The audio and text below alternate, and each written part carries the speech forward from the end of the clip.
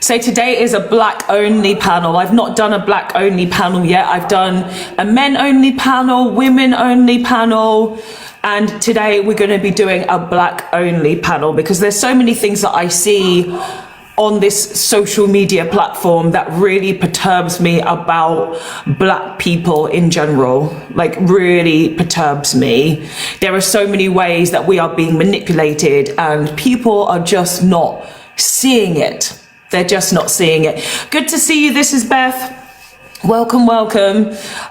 Yes, so there are so many things that happen as black people.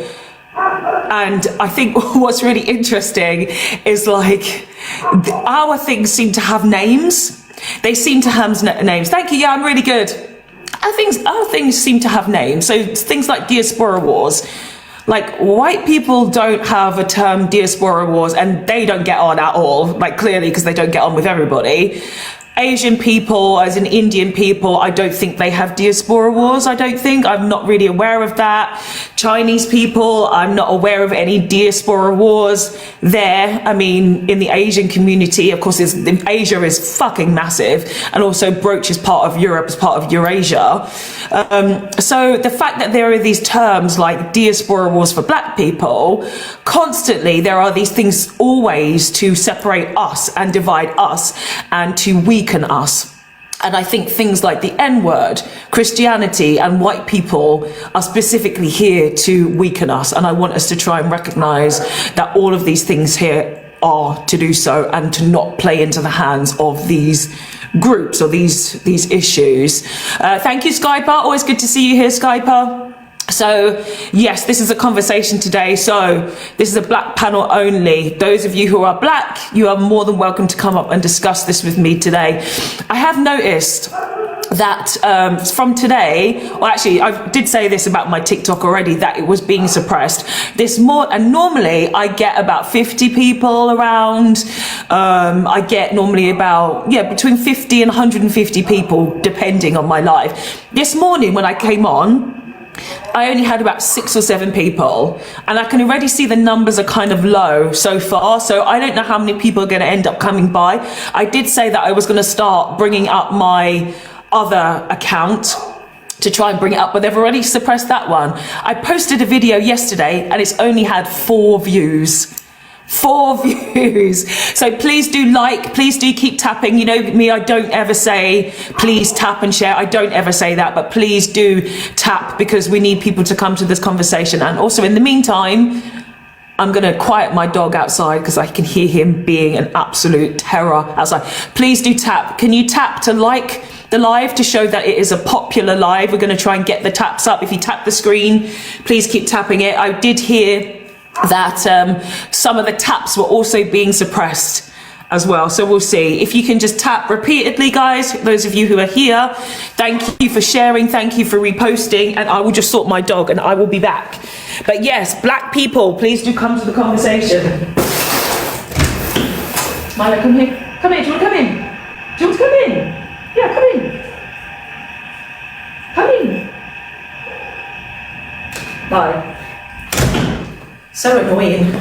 He's so loud. Like he started off as such a small puppy, and now he's really big, and so is his bark.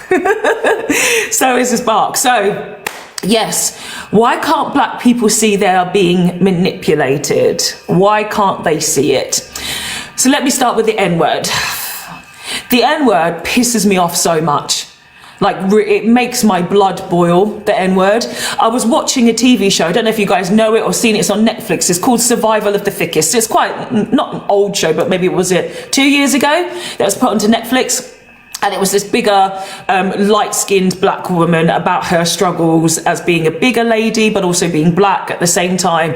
But actually, do you know what? The show was very good. The only annoying thing was the use of the N-word in the show. Like it really pissed me off so much. I stopped watching it. And there was even a scene in there where there's 3 main characters, right? So as I said, there's the bigger lady, there's her black best friend who's a woman, and then there's a black best friend who's a man. And the man started going out with another woman who had a kid.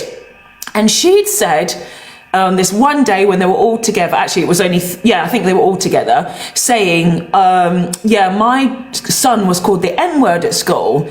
And they were discussing about how they would talk about it. You know, what support could they give the child? But in the next scene, the man who's the boyfriend said the N-word. And he kept saying it throughout the show along with the best friend. And that thing, so it's stupid to me. I don't understand why black people are constantly fighting over the use of the N-word and wanting to use it. Like, why is anybody so desperate to use this damn word? Like, why? Why? The show was called Survival of the Thickest on Netflix. So it was annoying me because the story was actually really good. Like, the show was good and it was really enjoyable. But the N-word was just used and it felt so forced. It felt so forced, it felt out of place, and it felt so jarring to hear. So jarring. It's always bothered me anyway, that damn word. But to hear it in shows and to hear it, I think it's fucking ridiculous. It triggers your trauma. Yeah, I think it does for me too as well, Skyper. I really do think so. Hi, peace and hope. Toxic fans said, no, I'm not back in the UK. I'm back in my home country now, my Muslim country. I'm back there. So yeah, it really irritates me. Any black person that uses the N-word and does so without thinking first, I think they're not actually understanding the full trauma, like Skyper has said, that comes with it. Because as I say, I literally feel my body convulse when I hear the N-word. Like, I literally feel, not from white people, I don't give a shit when white people say it. It bothers me more that black people use it. Because it was a word used to control us and oppress us. So that's where I actually get bothered more. Because white people, well, they made the word. You know, they made the word, they use it to humiliate us, they use it to try and control us, to keep us down, blah, blah, blah. And you guys who come to my lives, you'll see that, you'll get a racist who will come here and just spout the word and it's like, okay, boring, whatever, move on. I don't even acknowledge, you'll see that I don't even acknowledge that person. They'll just get dropped and we carry on with the conversation. I'm never derailed by these stupid racists because they do not deserve any of our time and energy. But when I see black people using the N-word, and you guys will even see it in my space, I never allow any black people to use the N-word in my space. It's actually only happened once so far. In the year and a half I've been doing these lives, it's happened once where a black man used the N-word, but he misheard something. He misheard, he thought another black person said the N-word and he said, don't say that. So yeah, and I said, don't say that. And he said, oh, sorry. And that was it. That's literally the only time in my space that word has been used. Is he says, I love hip hop without the N noises. Yeah. So the funny thing is, like, hip hop and music, and of course, music gets blamed a lot for this stuff, right? Music gets blamed a lot. So in some songs, it kind of is in the background of my mind, but when it's used too much, even the old school, right? So old school hip hop, to me, it kind of seamlessly blended in, right?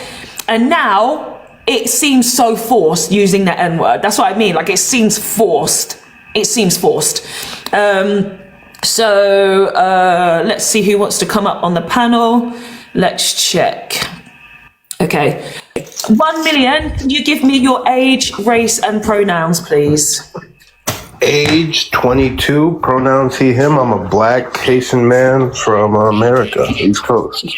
Lovely. So this is the conversation today. I'm doing a black only panel. Why can't we see we are being manipulated? I just spoke a little bit about the N-word, but we've also got topics like Christianity, diaspora wars, and of course, white people who seem to manipulate every race of people on this planet. So what would you like to add to the conversation today? I would say it's not that people can't see we're being manipulated. It's that in that manipulation, a lot of black people choose to play their role. They see it as a more realistic path of success. It's like some people, can imagine the end of the world, but they can't imagine an end to capitalism. And I think it's very similar to that a lot of black people understand the conditions we live under and how unfair they are. And instead of thinking, well, we should end these conditions because maybe they've seen it co-opted or prevented before, they just go, well, I'll just try to get rich. Like, I'll just try to elevate my material status until I'm personally not affected by it. And I think think in Western culture that's spurred on by like how deeply individual we are, the stories we can, like every part of and our lack of political leaders. I'll say it like that. Do you feel, because when you're saying what you're saying, I feel like that might be more, I actually don't know whether this is across, blackness and black people as a family, as a collective as we are, or if that's an American issue, because in the UK, right, I don't live there anymore, but of course you can tell my accent, I'm from the UK, but I don't see kind of that mentality, I think, because I've had conversations before, I've done a panel before talking about black business and talking about black excellence, just generally in terms of us making business and making money. And I found people to be very negative, like the energies anyway that live in the UK are so negative. And when it comes to things like business, I have not seen enough black people willing to try and get out of that. And it's not even a case of money, it seems, it's just success, really, and connecting with people and community. So I don't know, like I feel like maybe that might be an American thing. Maybe that might be, of course, there's obviously sections of society anyway that are very controlled by money and very controlled by capitalism. They know, like you say, right, when people get into power, I think that's where it definitely comes into play, right? Like you said, the fact that there's not many politicians who are black, when they seem to get higher in the UK, at least, they end up becoming very right-wing and very conservative. Yes. It's very interesting. That happens in America as well, where oh my God, yeah.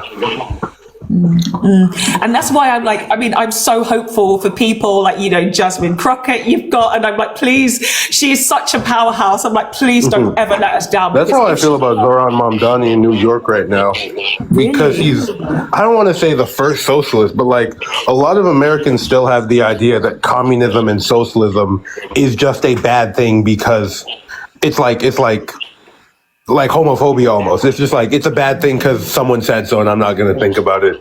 So they've got a chance in New York for someone who is a self-proclaimed socialist to show the advantages of a government that cares about the people. I'm fingers crossed, bro. Oh, yeah, we're all fingers crossed, because of course, when you're in America, like you guys, what happens there echoes around the world. So when we've seen people like Zoran Mamdani, it's like, oh my God, please, can we have some of that? So I don't know if you're aware that we've got somebody called Zach Polanski, who's the leader of the Green Party now in the UK. Are you aware of him? I was not. Oh, okay. So I've been a Green voter for over 10 years. So I've already been on the socialist front, the very liberal front. And, but this year, actually last year, we've started to have a massive wave of Green voters. Like we've never seen this kind of traction before. There's obviously like mass awakenings, right, with people. There's mass awakenings of empathy. There's mass awakenings of understanding. And there's also mass desperation, right? Because everybody can feel that the world is falling apart. America, well, actually not the world, it's mainly the white people, and it's like fucking up shit. So it's like, we need to turn it around now. We need to do things to turn it around. And people in the UK, for example, they have gone from your equivalent of MAGA to voting Green. Like they've gone from voting Reform to Green, which is messed up, right? Like how can you go from voting for such a right-wing party that is inherently racist, inherently sexist, inherently ableist, like all of the negative things that you could think of? How can you go from that to being Green? It doesn't really make sense. However, it kind of does make sense. And I'm sure it's probably the same in the US, where you have, of course, a lot of disenfranchised white people who have been very much left behind by their own government. And so they, in their own desperation, will go to this party that seems to align with their values, where you have, of course, a massive majority of them who are racist, but then you also have another group who are politically homeless. And because they're working class, they're like, okay, well, this is our next best thing, this is the thing that we can feel like we've got some camaraderie with these people, because they recognize themselves in these people rather than someone like me, and I'm like, dude, we've actually got more in common, because all immigrants, when they go to these countries, we all came in as working class. Hello. like don't get fooled by these accents, don't get fooled by these accents.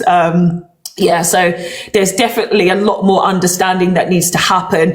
And also in this manipulation, though, 1 million, is that I don't know if it's like this in America, but do you have like black people or black communities who are so like, if I say they're desperate to be approved of being like white and stuff, it's too simple to say it. What I mean is that sometimes you get black people who would rather like really love their next door neighbor than actually understand the bigger picture of what's racist about the country. Like sometimes you'll find that they've got a white next door neighbor and they get surprised that the white next door neighbor is at these like MAGA marches and at the reform marches, right? And then they're like, what are you doing here? Like, well, you should have known because you were too excited or too kind to your next door neighbor because you were happy to be friends with everybody because you're a kind person.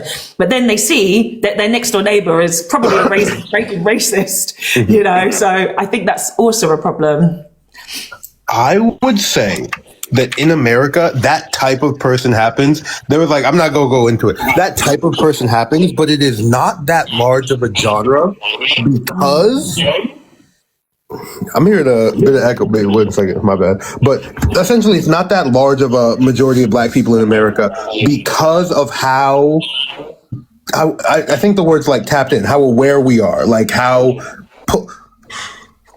parts of what the media does in America is that they portray radical, effective action and they plaster it as like violence. And, you know, black people get reduced down to a monolith. And so the people who like care about their neighbors and are just like, they get shocked by, oh, this person's white.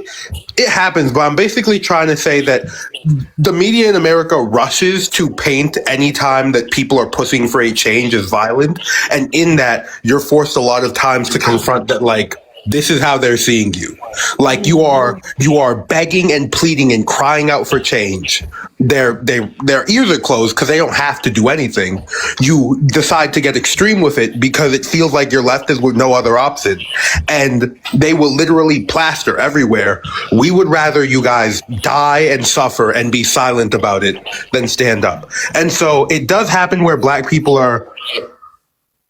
It happens, but it's just like, if you're aware, if you're a little bit woke, you know, it's kind of like one of the first things you begin to realize. And that was what really surprised me, though, was the amount of MAGA voters, like, and the thing you were talking about of people going from the Reform to the Green Party, was the amount of MAGA voters that are like expressing. Fascism is a lot of aesthetics, and one of the things Trump did well was essentially what Trump was he was the say it out loud guy. A lot of politicians use double speak. They subconsciously, like, they let you know, like Biden, I think there was Biden did a slip of the tongue where he was like poor and black kids or some shit like that. A lot of politicians speak like that, and Trump was saying what they wanted to hear out loud. And now MAGA voters are having this thing where they're regretting their actions, not because they're necessarily, they say they're upset with Trump. They say this isn't what I voted for, but what they really mean is this is an ugly version of what I voted for. I thought that racism, I thought white supremacy would be clean and make me happy. Now people on the internet are making me feel bad. They're engaging my consciousness. And that is the double-sided knife of Trump, that he is what he said he was from the very start. And people who picked him as a more violent alternative to like what they felt was like white supremacy that wasn't happening fast enough are now disturbed that white supremacy is happening faster. You're so right. I'm going to clap for that. I'm going to give you a clap for that. Oh, thank you. Really excellent. I love that so much. I love that so much, how you phrase that. Like, really and truly. Their racism has been shown in the most disgusting ways because they can now, or they are now experiencing how much their whiteness is crumbling, not just in America, globally. And I don't know if you've seen the TikTok video. There was a lady from America who went to a pub in Ireland and she said about how She was saying that she was like bullied out of the pub because she didn't say that she didn't vote for Trump. But of course, if you didn't say that you didn't vote for Trump, you obviously voted for Trump, right? So and they were not happy because she kind of like the way that she went about it was, I mean, Irish are, if you've been to Ireland before, anyone's been to Irish people are very chill, like very, very chill. Even the North or the South or the Republic, you can go anywhere. I've been many times myself and I love it there. So her as an American coming over and not willing to kind of talk about not being a Trumper did not go down well. And then she came onto the internet and was like, the Irish people are bullying me. And everybody was like, that's not exactly what happened, girl. That's not exactly what happened. Exactly what happened. Yeah, you're exactly right though. It is Trump is co-signing the racism, but people did not expect their racism to be called out so loudly. Yes. Yes, and that's the other thing. The one other thing I wanted to say was that the thing. A lot of times we see like voters switch or swing rapidly, and I think basically it was like, oh, we have one thing we have in America is farmers, right? And a thing about farmers is a lot of the time they're heavily subsidized by the government because what they're doing isn't necessarily profitable, but we need to eat, you know, we need food. So we're gonna make sure that you're okay regardless of what's going on. And so these farmers were voting for Trump, and then Trump fucked them in return. They got nothing. They started getting higher taxes, less assistance, and they were like, we're going to lose the farm. Like, this is really tough. It's really hard. I didn't think Trump would betray us like this.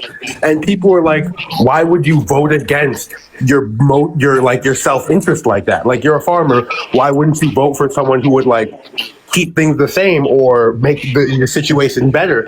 And a lot of white people at that time in America, like as you said before, like the racial insecurity is really high. And so they were voting for what they wanted at the time, you know? Like that's what I'm trying to say. Like a lot of times it's like, why'd they switch? Why'd they go from reform to green? At the time they felt like this is what I need. This is what make me feel safe. This is what's most important to me. And then they got it and they were like, and because it's not serious, that's the thing I hate. That's the thing I hate. It's not real to them. It's almost like TV or sports.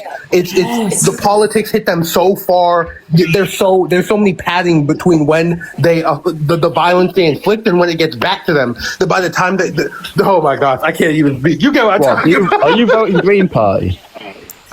This is actually a black only panel and I don't think you're black, so I am going to drop you. I had to just bring you up for a minute because I mean clearly that says, and I don't know if you've seen this as well, 1 million in the chat, that white people are like, why can't we come up? Like white people, look, that's racist because we want to have a space for ourselves. White people always want to insert themselves into conversations where we're not even talking about white people, we're talking about black issues, blackness, what we're like, you know, our people, and white people are like, why can't I be involved? Because white people in their narcissists always need to make it about themselves. Yes. Oh my God. We had something like that going on in the movies recently between Sinners and One Battle After Another. Yes. Where it's like, yes. Wait, can I hear what your opinion on this?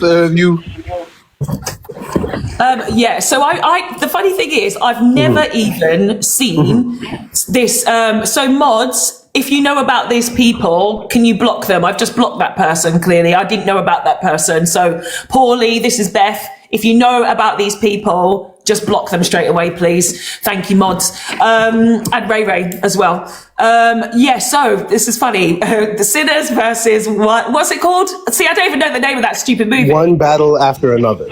One Battle After Another. I don't know anything about that movie. I've never seen, well, actually, because I've moved to a Muslim country, so I've never seen it advertised in the movie, in the theatre anyway where I am. But I never heard of that movie until the stuff was coming out about Sinners, because I saw so many things, right, where they were asking, oh, who would you vote to win the Oscars or whatever award show it was, the Golden Globes or even the BAFTAs? And it was, of course, the white people who were like, one battle at a time. What would you say it was called One again? battle at What's it One called? battle after another. That's it. See, I don't even know. One battle. And even, I think some of them, I'm convinced they don't even know the title like me because they were just saying battle. Battle. just battle. So yeah, it was so funny. And of course, I'm sure you've also seen after the Sinner stuff, it's like, oh, we need a Remick story. We need a Remick story. Yes. Oh, Remick and there was this one tweet that was like Remick and the guys sort of teamed up to fight the Klan. It's like, God. What? That's so. The replies to that was always funny to me because everyone was just like, "You just need to read a history book. Like, just read it. Why do we need a story? We know the story. We literally know the story. We need a backstory. No, you don't. This is literally white history. So it was so that funny line, isn't it? And the funny thing is, I actually do need to watch it again because I did watch it when it came out. But as I said, in the Muslim country I've moved to, it's not in the theatres. So when I go back to the UK, hopefully it will still be in the cinema, so I can watch it again. But yeah, that bit where he says, "Your clan," of course, that's the very key bit, right, to him. And he's like, "We're not that bad." Like, we're No. Yeah, let me. I want to ask one more. Okay, so I want to give my perspective on one more thing. When I came into the live, you were talking about the N-word in songs, and I'm actually a musician. I'm learning how to produce beats. I've been rapping for the past couple years, and I want to say my perspective of it is that when hip hop started, Ice Cube, NWA, even before that in the Wu-Tang Clan, it was such an effective way of black stories and perspectives being told because of how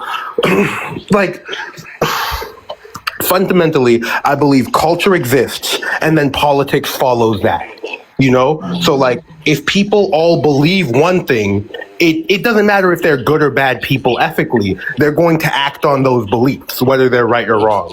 And so it was rap was this way of illuminating that black people are not a monolith, that the struggles they go through are real, that they are people too.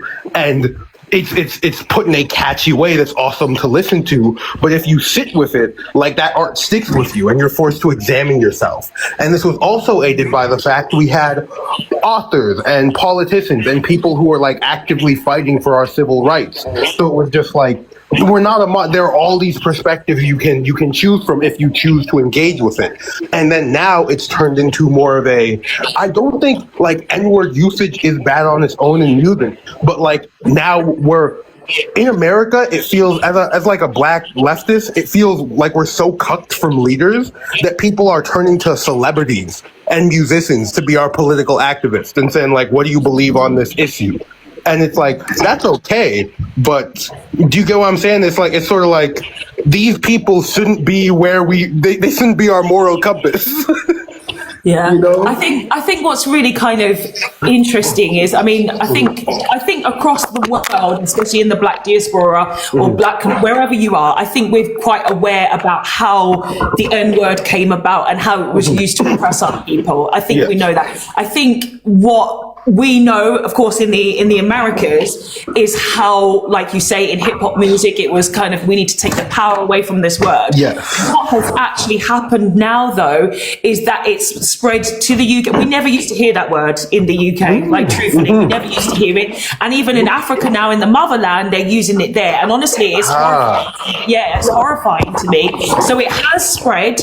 And I think what people need to understand, and I've spoken to a lot of African Americans and Black Americans, is that they're even saying we don't use it that much in America. It is an agenda where, now I see on my algorithms, and honestly, it's a lot. I see it a lot every time someone a black person will say something and they're really hitting and they're speaking, and I'm yes, but then they'll drop the N-word in there, and I'm I can't repost that stuff. Yeah, I can't post the message, right? Because it gets lost with the N-word. It's not going to go global as it should because of that reason. Yeah, and we know that TikTok and all these algorithms are they know what we're doing. They know what they're doing. They know how to manipulate us. They know how to do it. So that's one thing. If an American is using the N-word and the rest of the black diaspora does not like the word, you're not going to get seen. Your message is not going to spread, right? It's not going to spread. So this is why I think we need to continue to have more conversations about the N-word generally, because for me, I've never used any derogatory word about myself because I'm a goddamn queen, right? Yeah, And I see my absolutely. black brothers as kings. So I will never say that you should be saying that word about yourself. If you say that to somebody else, that's you and your private time. I still don't think that you should be doing it. But we need to elevate ourselves higher as people. Yes, that word was used to oppress us, but you even see this misinformation that even black people spread with the N-word. Oh, it came because we were kings and queens. No, because we would be spelling it the exact same way, Negus. That's not the same word as the Europeans gave us, right? And you think that just changing the ER to an A makes it different? That to me makes me sad because black people are smarter than that, man. Yes. But we're smarter than that. So why do you think that changing one letter makes it different?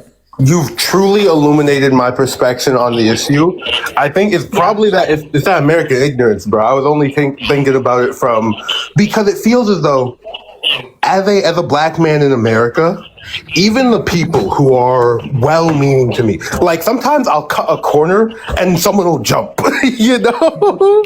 And it feels as though I can almost, and the way I act, the way I carry myself, the freaking glasses is all to sort of make people more comfortable with my presence. But I'm a big guy, I'm a black guy, and I don't know if I'm intimidating, but do you get what I'm trying to say? But basically, skipping to the crux of it, I'm put in a position a lot of times where I not question my blackness, but it's almost like someone's making me question it, or someone saying like, are you really a person? Are you really a human being same as me?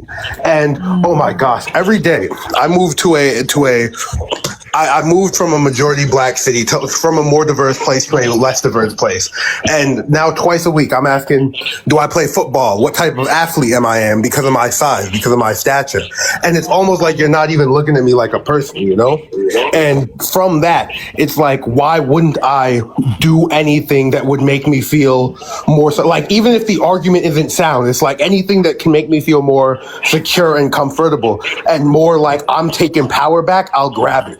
But now that I'm hearing like how it's affecting people, you know, across the pond around the world, without that perspective, I never would have thought of it like that, because I was just thinking like, people are coming at me, so I need to defend myself. So I need to, so I'm not.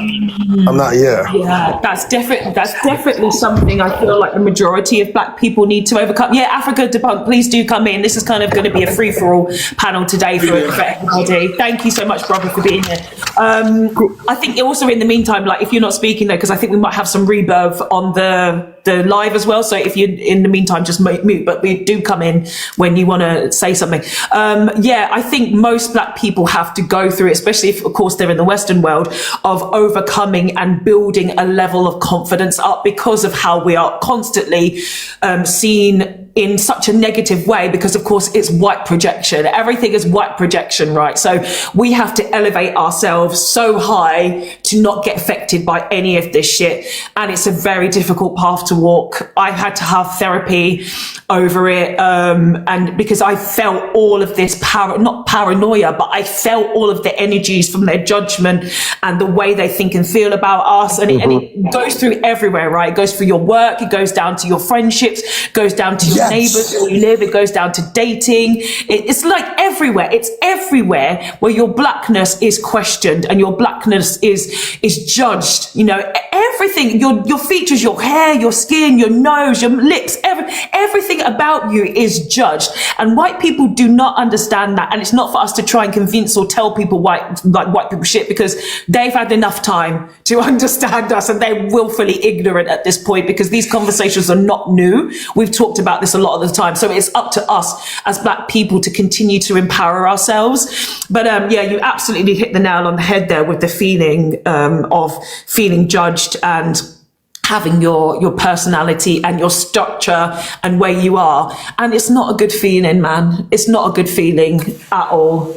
You know, I think that's one thing I think we as black people all over the world, especially us in the West, I think we'd often take it for granted that there is a subtle mental grind of being in these Western, very racist, often like settler colonial societies, and the daily anti-blackness that oftentimes we've normalized and we have to live through, but it's just daily anti-blackness. It's an avalanche of anti-blackness through the media, an avalanche of anti-blackness through the education system, an avalanche of anti-blackness in the general culture, and you don't realize how much it's had an effect on you where until like you go to a society that is like 99% African or 99% black, and you're like, whoa, what do you mean? I don't have to be the black guy anymore? I just get to be Tom. I just get to be Femi. I just get to be what, I honestly spending time in Africa, it was overwhelming because like, no, what do you mean? I don't have to wonder when like something's on the news. Oh, is it a black guy? Oh my gosh, what? I don't have to worry about that. The doctor is black. The criminal is black. The dentist is black. The builder is black. From good to bad, it's black. There is no connotations. Black just means human because all the humans are black. And I think that is like, you don't realize how much being in the West has affected you until like, honestly, if you go to Africa and you're like, you drive for hours and it's just black people, and like your blackness isn't a thing. You just get to be you and responsible for the things you do. It's honestly, it's a very liberating feeling, and you don't realize how much something has affected you until you step out of it and you're like, oh, man, this has really been a weight on my shoulders. I was and I think what's really important to note about that is that, you know, we talk about black people feeling more comfortable in black spaces, going back to the motherland, feeling our energy change, our ancestry, we're more connected to it, our culture, how welcomed we are. And even when you say the negative stuff as well, you can't separate it. It is just one people. And what's really interesting is if I think of like other cultures, and, you know, we've got white people, of course, they want to insert themselves in this conversation. Well, you know, why don't you go back to where you come from? And we told you that multiculturalism doesn't work. It's like, well, yes, multiculturalism still does work. But what we're saying is that we, like Africa has said, is that there is no difference. And like you say, the problem is now is that white people are vilifying every black and brown person from one mistake that they make or one bad crime that they make or just anything. And it's not even just in the UK, it is worldwide. So of course, that guy, unfortunately, that terrible incident where that man unalived the Ukrainian woman on the train, right? On the train in the USA. How did every single black person around the world end up being responsible for that one guy? Look at the same shit that happened with the BAFTAs. Yeah. I'm sure like when you probably had a similar reaction. But I'm sure when you heard of that guy, was it Rittenhouse? But when the guy attempted to shoot at Trump, I'm sure your first reaction was, oh my, I hope this is not a black person because the floodgates are open. That was my first reaction. That's not mine, because we're not the ones who do it. It's mainly now brown people. It's the Muslims, people who are, of course, learning. No. We're million disagree? I disagree. Statistically, it probably is unlikely to be us. But my first reaction was, I hope to God this is not a black person, because you know what time they're on. If this was a black person, even a brown person. And I just wanted to say, to add on, I wasn't alive with somehow this racist guy had joined, and I was trying to explain him, in America at least, the concept of whiteness, the concept of a social and like political economic in-group that people get to be added into and black people are always excluded from. And he was like, what even is white people? Or is it if you're Polish, are you white?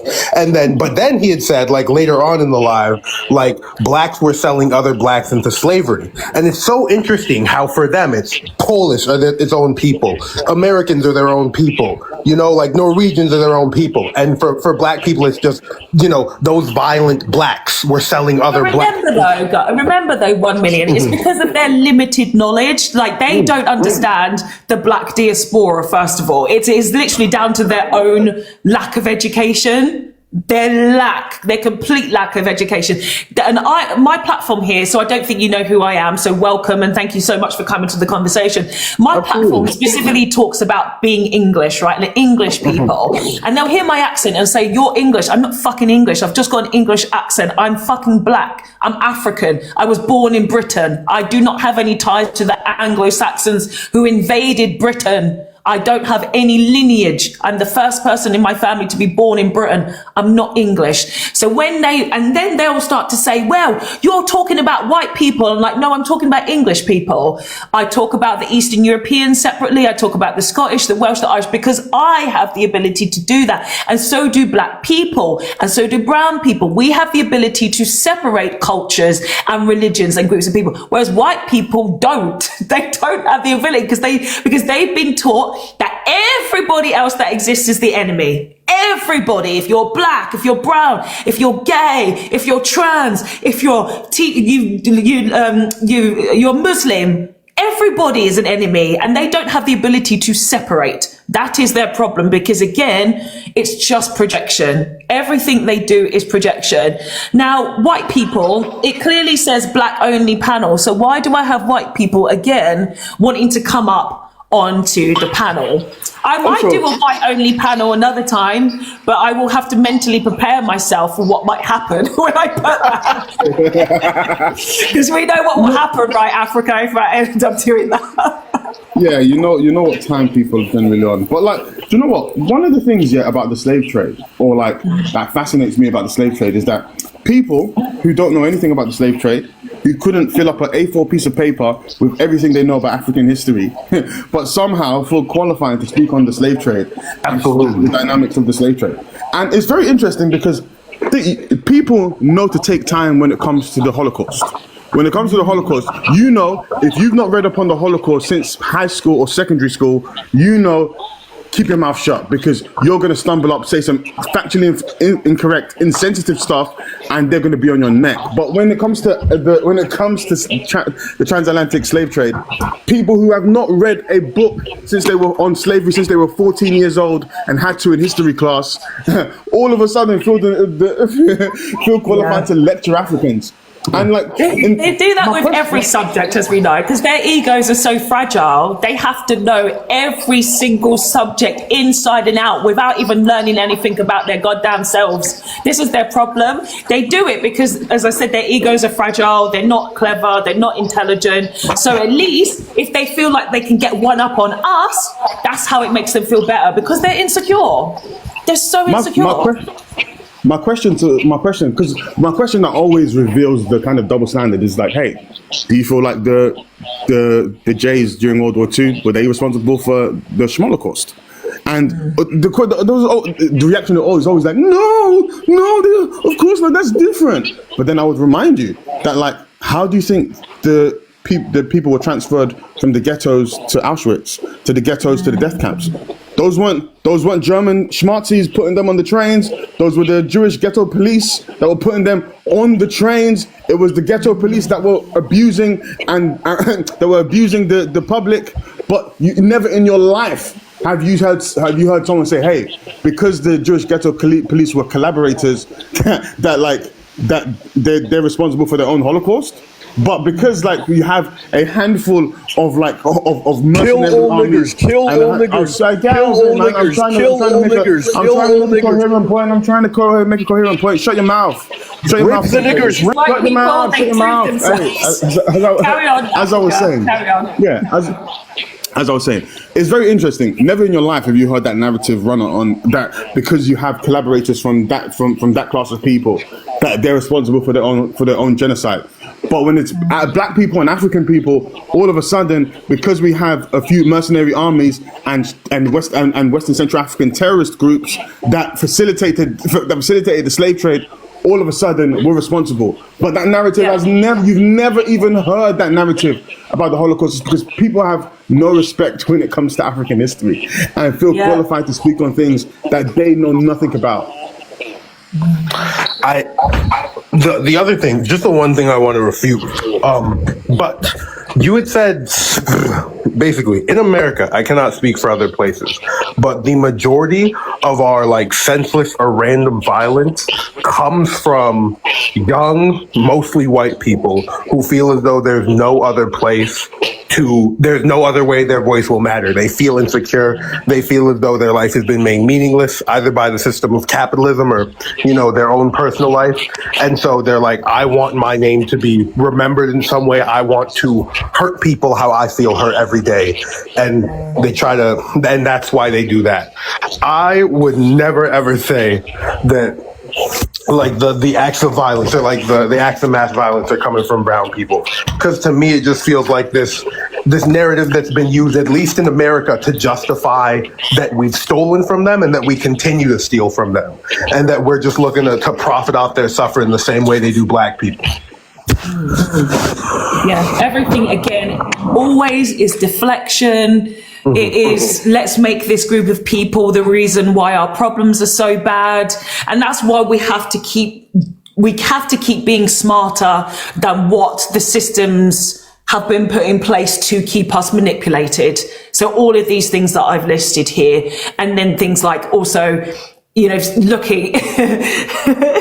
So even when it comes to things like religion, of course, religion is across the board, right? So you've got religion, race is not tied to religion, but now how it seems to be people are saying, well, Muslims are only Arab people or from the Middle East. They're not black people. They're not white people.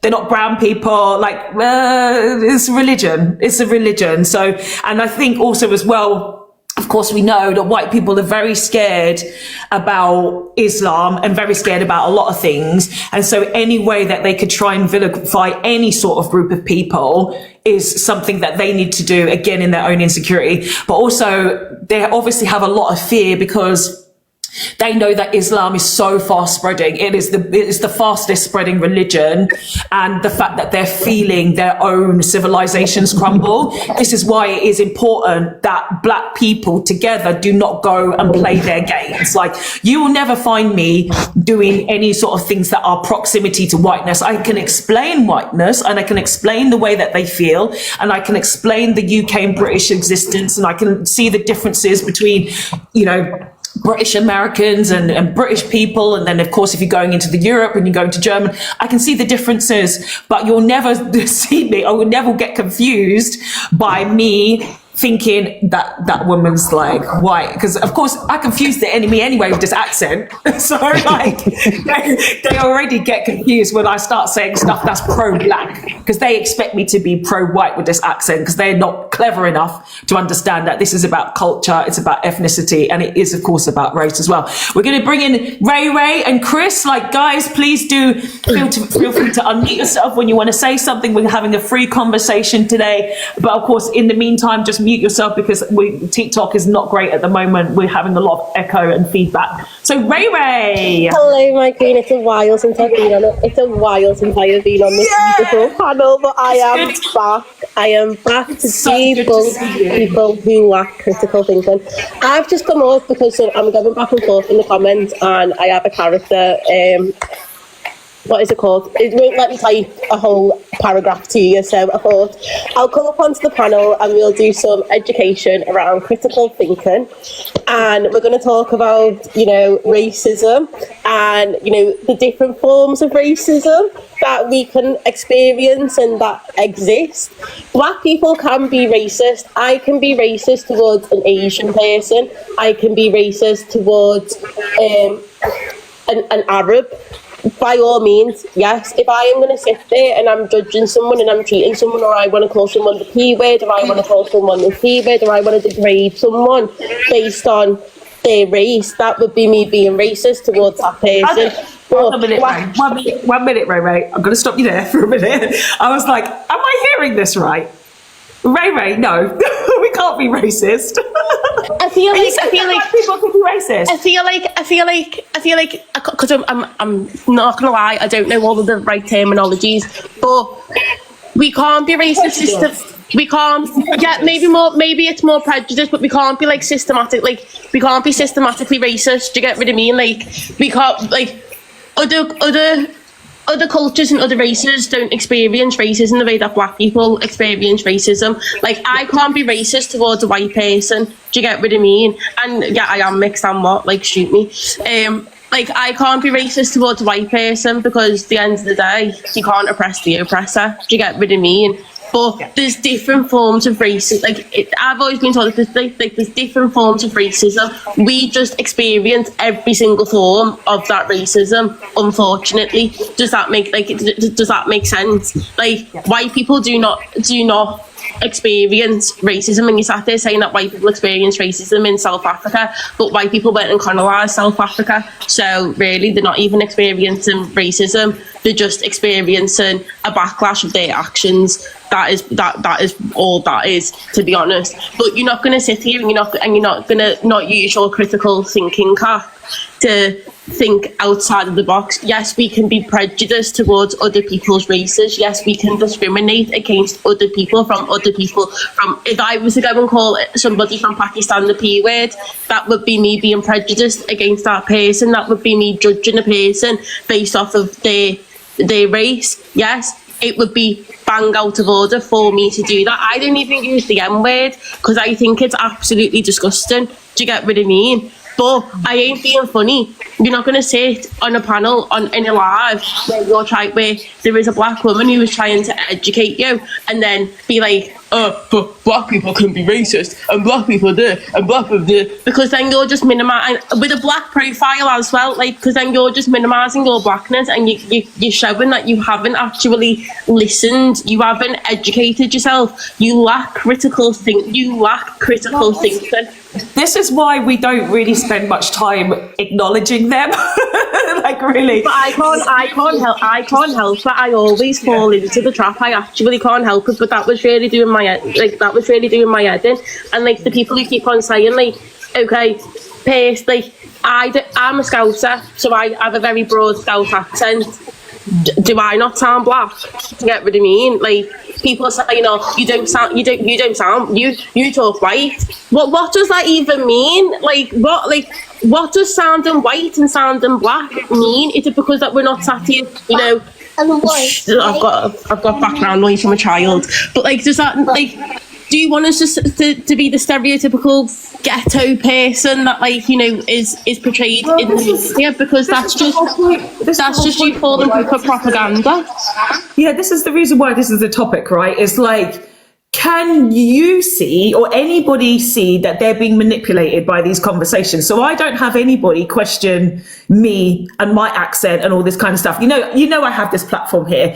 I get told 1,000 times a day, oh, you must be English because of your English accent. And I'm just like, I start laughing. Like, I just laugh about this stupidity because they're so obsessed with us, right? They're so obsessed with how we are, what we do, who we are. And there is no point trying to educate people, like I say, because they're at the end of their existence. They're at the end of their civilization. It is done for them. It's more important for us as black people to recognize what's correct for us, to live in our truth, and to stand by that. To always stand by that. I think, there was that panel the other day, Ray, with yourself and AJ, and I was in the comment section. I talked about that panel this morning because even it was making me laugh so much. Which one? The one where they had that Ryan and what was his name? Ryan. Oh, me and Ryan. I love to rage bait. Ryan's the best to rage bait. It was so funny listening to them and their copy paste rhetorics. Like, they've got nothing new to say.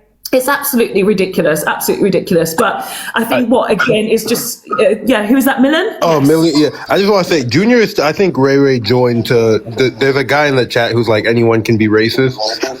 Well, I'm gonna spell out one more time. He's saying he's black. So there's prejudice. There's generalizing people. There is personally saying, like, I hate all white people, and there is the systems and laws of racism, Junior.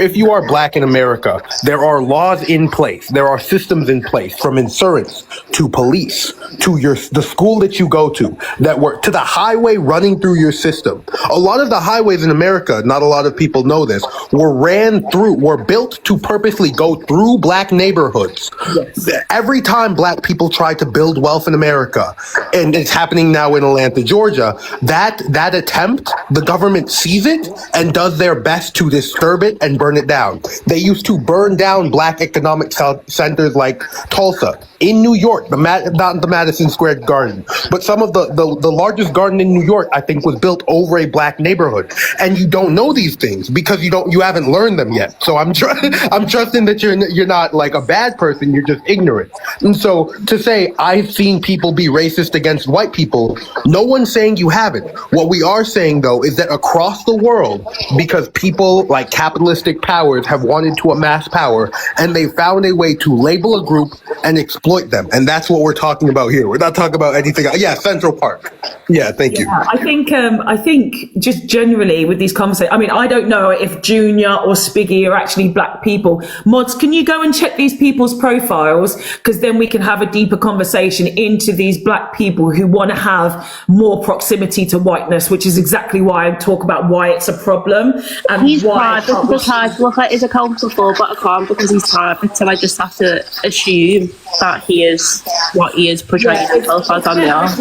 If we do actually go and see whether they are actually black people, because that's how the conversation gets derailed, right? It's like you have these, and we know this happens a lot, right? Especially for black people. I don't know if they're posing for others. They're probably posing for brown people and for Muslims as well on these apps, right? There's so many fake accounts that pretend to be black and then get into our communities and then infiltrate us to try and turn us against ourselves. And this is what happens, right? So that's why you have to tell. Oh, Paulie, you can't tell, it's all reposts, which means that that's probably a bot. That's probably a white person posing as a black person, and they are paid. Nadine, thank you so much for being here, and thank you for your comments down there as well. So people like Junior, people like Spiggy are probably white people pretending to be black. I mean, how sad in your life do you have to be that you actually have to pretend to be another person? You can't even use your own identity because your own identity is not even important. It's not even respected.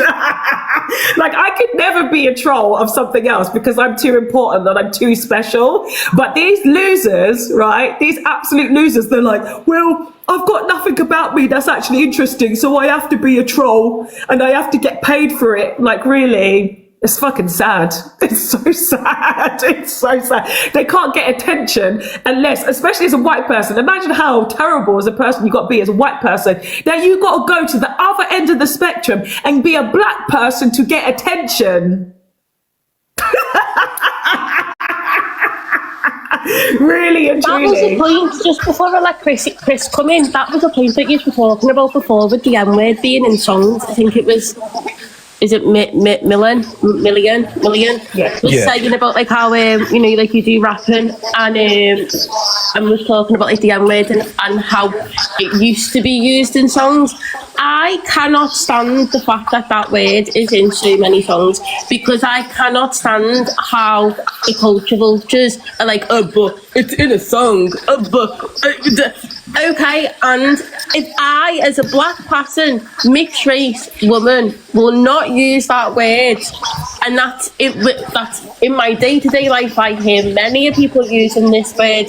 I don't use it because I think it's such a degrading derogatory word to use. The same way that I wouldn't turn around and, slug shame a woman or be misogynistic towards a woman. Why am I then going to degrade somebody of a race, like whether it's a term of endearment or whatever else, because then it feeds into that argument of, well, is it cultural appropriation or is it cultural appreciation?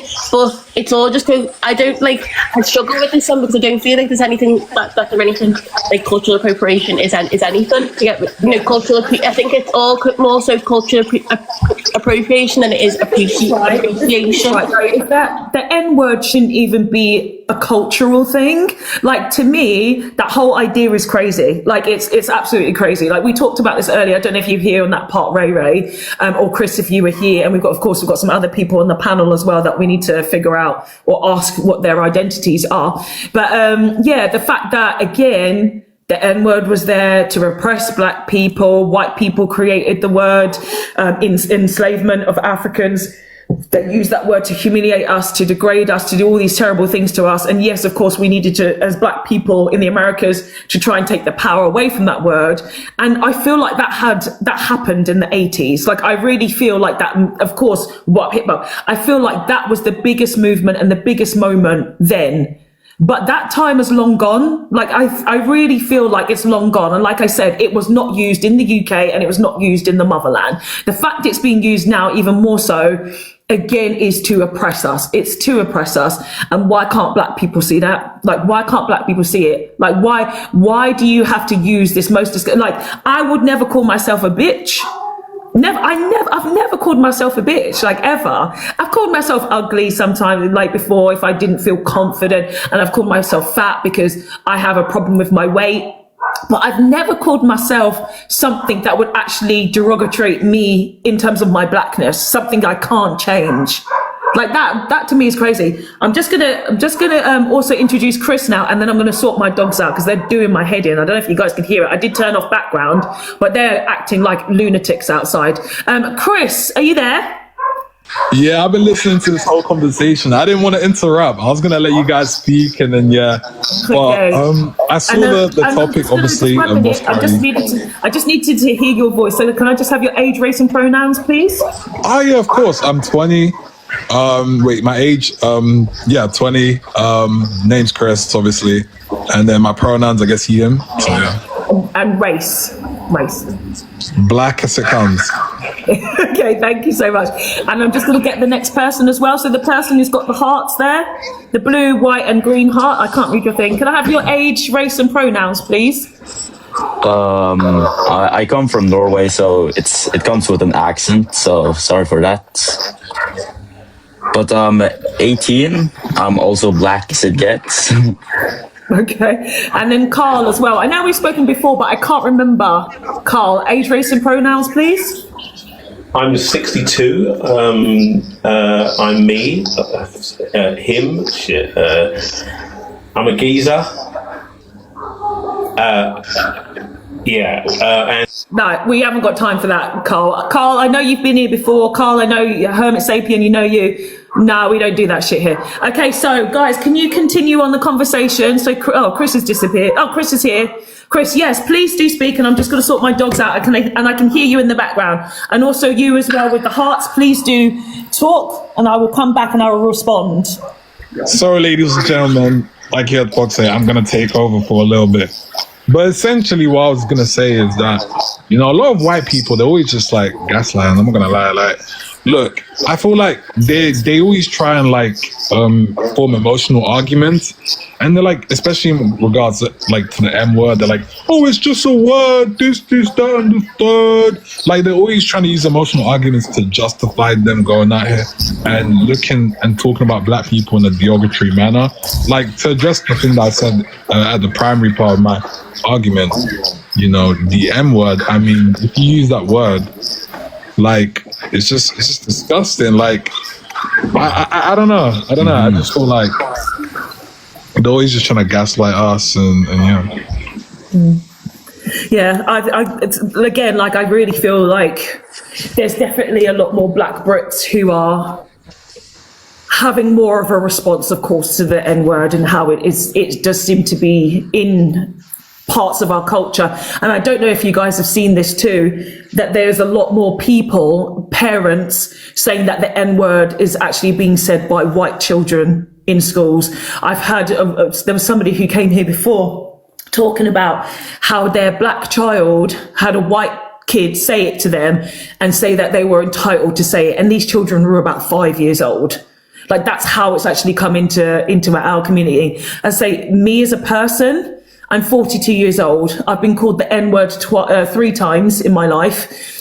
And none of them were when I was a kid. It was when I was an adult. When I was an adult in the USA and in the UK twice, I think.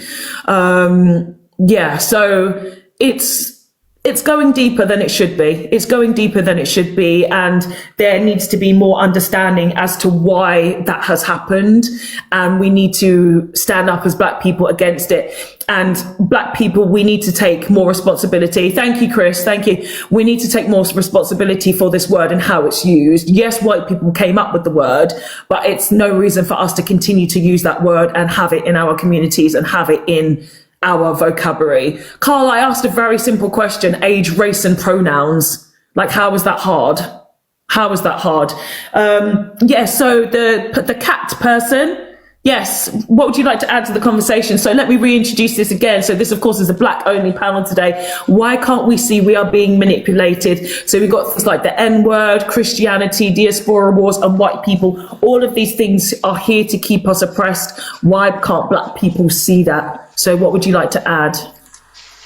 I would kind of say that we as a community have been like brainwashed by these white people to follow them like puppies all around. Like, it's actually crazy. I had an experience at school a few years ago where they're like, you want to play like tag, but monkey edition. And I was just like, what? Like, they want us to be I just dropped you for a minute. Jeannie, is that who you were talking about? Because I just... Yeah, I was seeing the same thing on his profile. Okay, That's why I left and I joined back, because I was like, I don't think he's who he says he is, and I was waiting for him to say something crazy so I could. Yeah, I was seeing the same thing. Thank you guys. Like, we all have to be detectives here. That's the thing. We all have to be detectives here. These white people are crazy. Like, are you guys seeing it now? Are you seeing it now? That we literally have a conversation about Black people, while obviously manipulated. White people will come into the space, say some shit, because the attention is not on them. It's not about them. And they pretend to be Black. Like I said earlier, what kind of fucking loser have you got to be to pretend to be a completely different person, pretend to be a completely different race? No, that's crazy. Like, it's so far beyond my imagination. If I wanted to go up on the panel and pretend to be a white person, like, what the fuck? That's so wild. Can I add something there? Yes, go ahead. Can I have your age, race, and pronouns, please? I'm 24. I'm a he and a him, and I'm Black. We're from the Caribbean, right? Yeah. I'm Afro-Caribbean. Yeah. Okay. No, we're born here. I'm born here in London, though. Born in the Croydon sides, right? Okay. What I'm recognizing is that whatever like antics they're playing with nowadays is I believe is their attempt at somehow trying to reflect back what may have happened years back. Because I recently, obviously, I follow quite a bit of like some of the archives that they have out in Jamaica, right? And I'm seeing about how they used to write about how they used to observe us. They would observe like offspring. They would observe a whole manner of different things, right? So obviously, racism wasn't born yesterday, and yeah, it wasn't born. Yeah, literally, racism wasn't born yesterday. I've never really experienced it though, right? I'm seeing it online. I've never really experienced it though. You see, when I was younger, You have experienced racism. Every single person of colour, I hate even that phrase, has experienced racism. It's whether you recognise it or not. That's the difference. Like, people don't actually understand the depth and brevity of racism. Things like microaggressions is a massive thing. It's a massive thing. And again, and I definitely had this conversation before where a lot of men and Black men, especially in London, and a Caribbean, you came up here saying that you're a Caribbean. I've called this out before. Like, Caribbean men seem to have this proximity to their white friends and say things like, oh, it's not racist. And thank you, Hermit Sapien. They'll say it's banter, because you don't want to be emotionally attached to some of the shit that is said to you. I beg you, brother, wake up. I don't keep no white people around me, trust me. Well, they are around you, I'm sure. I'm sure, because if you haven't experienced it, if you haven't experienced it, again, like that's denial there. You would have gone to school with white people. It is an 87% white country. So you I would know. have had black friends within your life. You would have experienced it in your workplaces, in wherever you've worked, you would have experienced it. Like I've said with dating, you know that white women have a fetish for black men. You would have experienced it then as well. You would have experienced it. You're just not really recognizing it yet, or willing to recognize it, because, like I say, the one group of people that seem to massively disappoint me on this app, and when it comes to things like Britishness, when Britain is under attack, who always comes forward? It's black men. Black British men always come forward when you're not even the ones who are supposed to be defending the shit. It's always black British men that always go, oh, England's not like that. We're proud of the country. Like, stop it. You're working for the oppressor. You're working for the oppressor. Never. You can't undermine, you can't underestimate how much, like, this stuff, I follow this thing. I actually can't, man, like, I only keep black friends. I solely. Did you not hear the part where I said that when you went to school, you would have had white friends and you worked with white people? Not even. You've never been around white people at all. You know, like, obviously, of course, but like, never, like, no, wouldn't chill with them. I'd see there was only like 2 gypsies there, but would like go on like they're bad, right? But nah. I've always witnessed and seen other people chill around white people. I'm always chilling with like other guys, like I chill around Afghans, I chill around like Somali brothers, I chill with Ghanaians, I chill with Nigerians. I don't chill with white people, you know. Can I ask you a question? John, there's a couple of, John, 1 minute. There's just seems to be a problem with your hearing or something. Because I did tell you that you've had other instances of white people. You came up here and said you've never experienced racism in a white country, a majority white country. You said you never experienced it. And I've told you in the other areas where you would have experienced it. And you're still talking about your black friends. So you didn't hear me, what I said. And I've told you that you need to have more awareness about this, because literally we have the far right marching who have done it throughout history. If you don't know this, there have been 24 race riots in England alone against black and brown people, right? And that should tell you the bare minimum about what's happening. And it's happening almost on a weekly basis, that there are racist groups going around the UK telling people like you that they don't want you there. So my dear, please wake up and stop saying that you haven't experienced it, or because that makes you think that the next time you experience racism, you'll be like, nah, that didn't happen. It didn't happen. It's such a unique experience. Not to me. It happened to you. All right, cool. Look. I would like to have. I'm glad to have this conversation with somebody, right? Because I see it online, right? I see it online, right? So you think racism is just online? This is the problem. This is the reason why I have this prompt, guys. Black only panel. Why can't we see we are being manipulated? John himself cannot see that he is being manipulated. Racism was born in the UK. Like, it was born. We are literally in the birthplace of the founders of race and racism were British philosophers. Wow. Our entire systems are built on racism, and this black man down here is trying to say that racism he's almost on the verge of saying that racism No, listen. He's almost on the verge of saying it.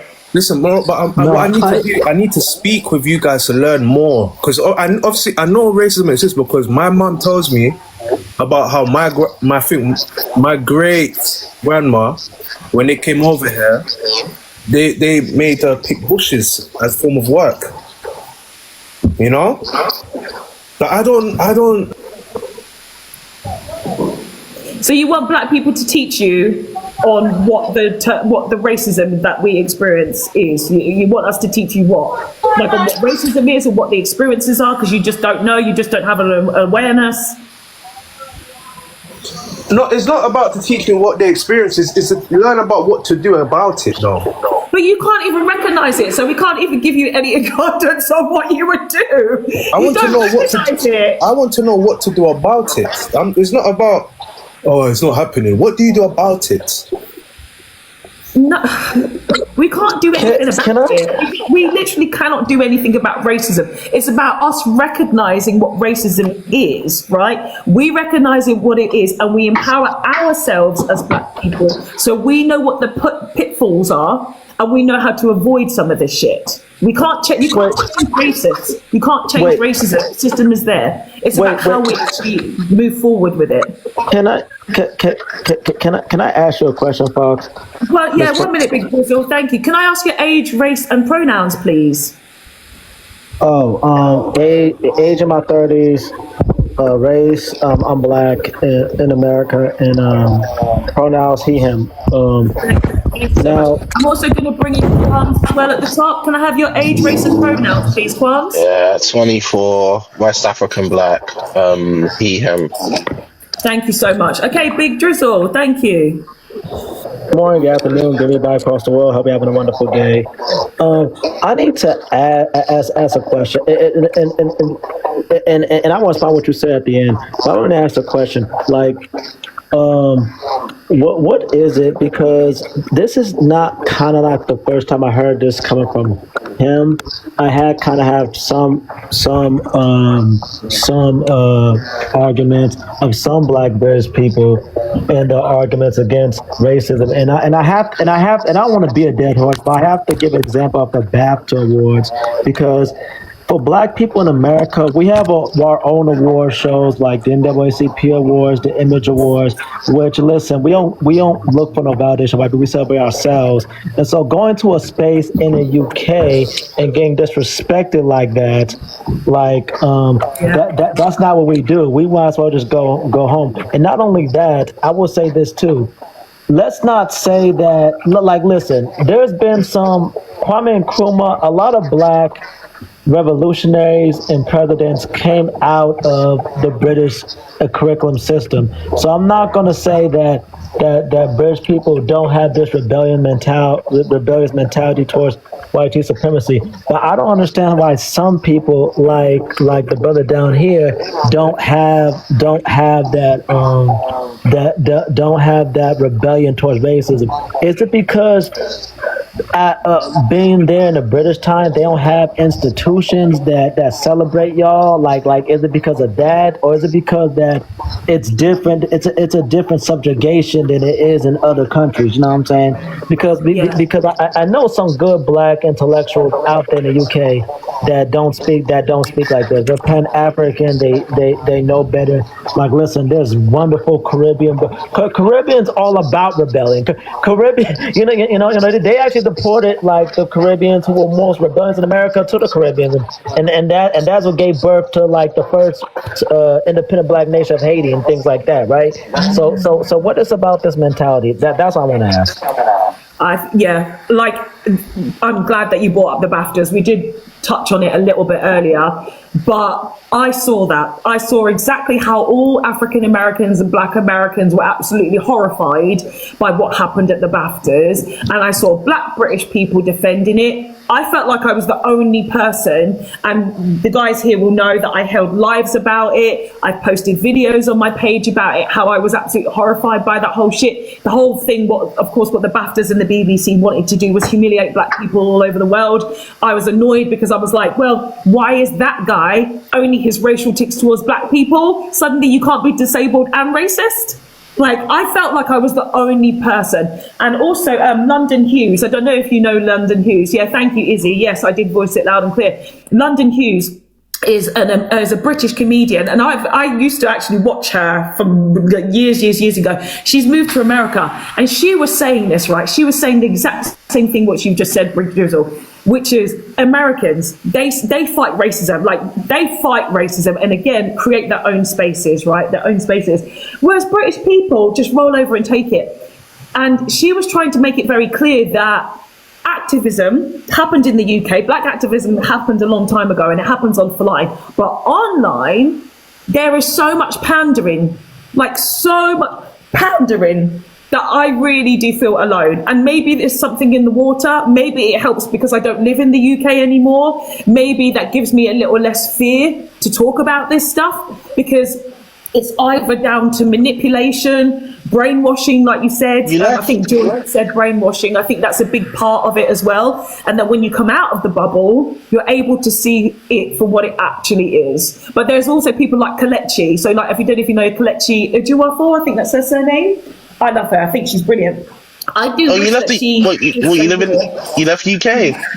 Yeah, 4 years ago. 4 years ago I left. Where you leaving now then? Like what country? I don't tell nobody because I like the peace. I hear it, man. I hear it. Yeah, so I left. But yeah. Well, are you Europe? Or are you like in another continent? Yes, entirely. Out of Europe, okay. out of Christmas, I'm gone.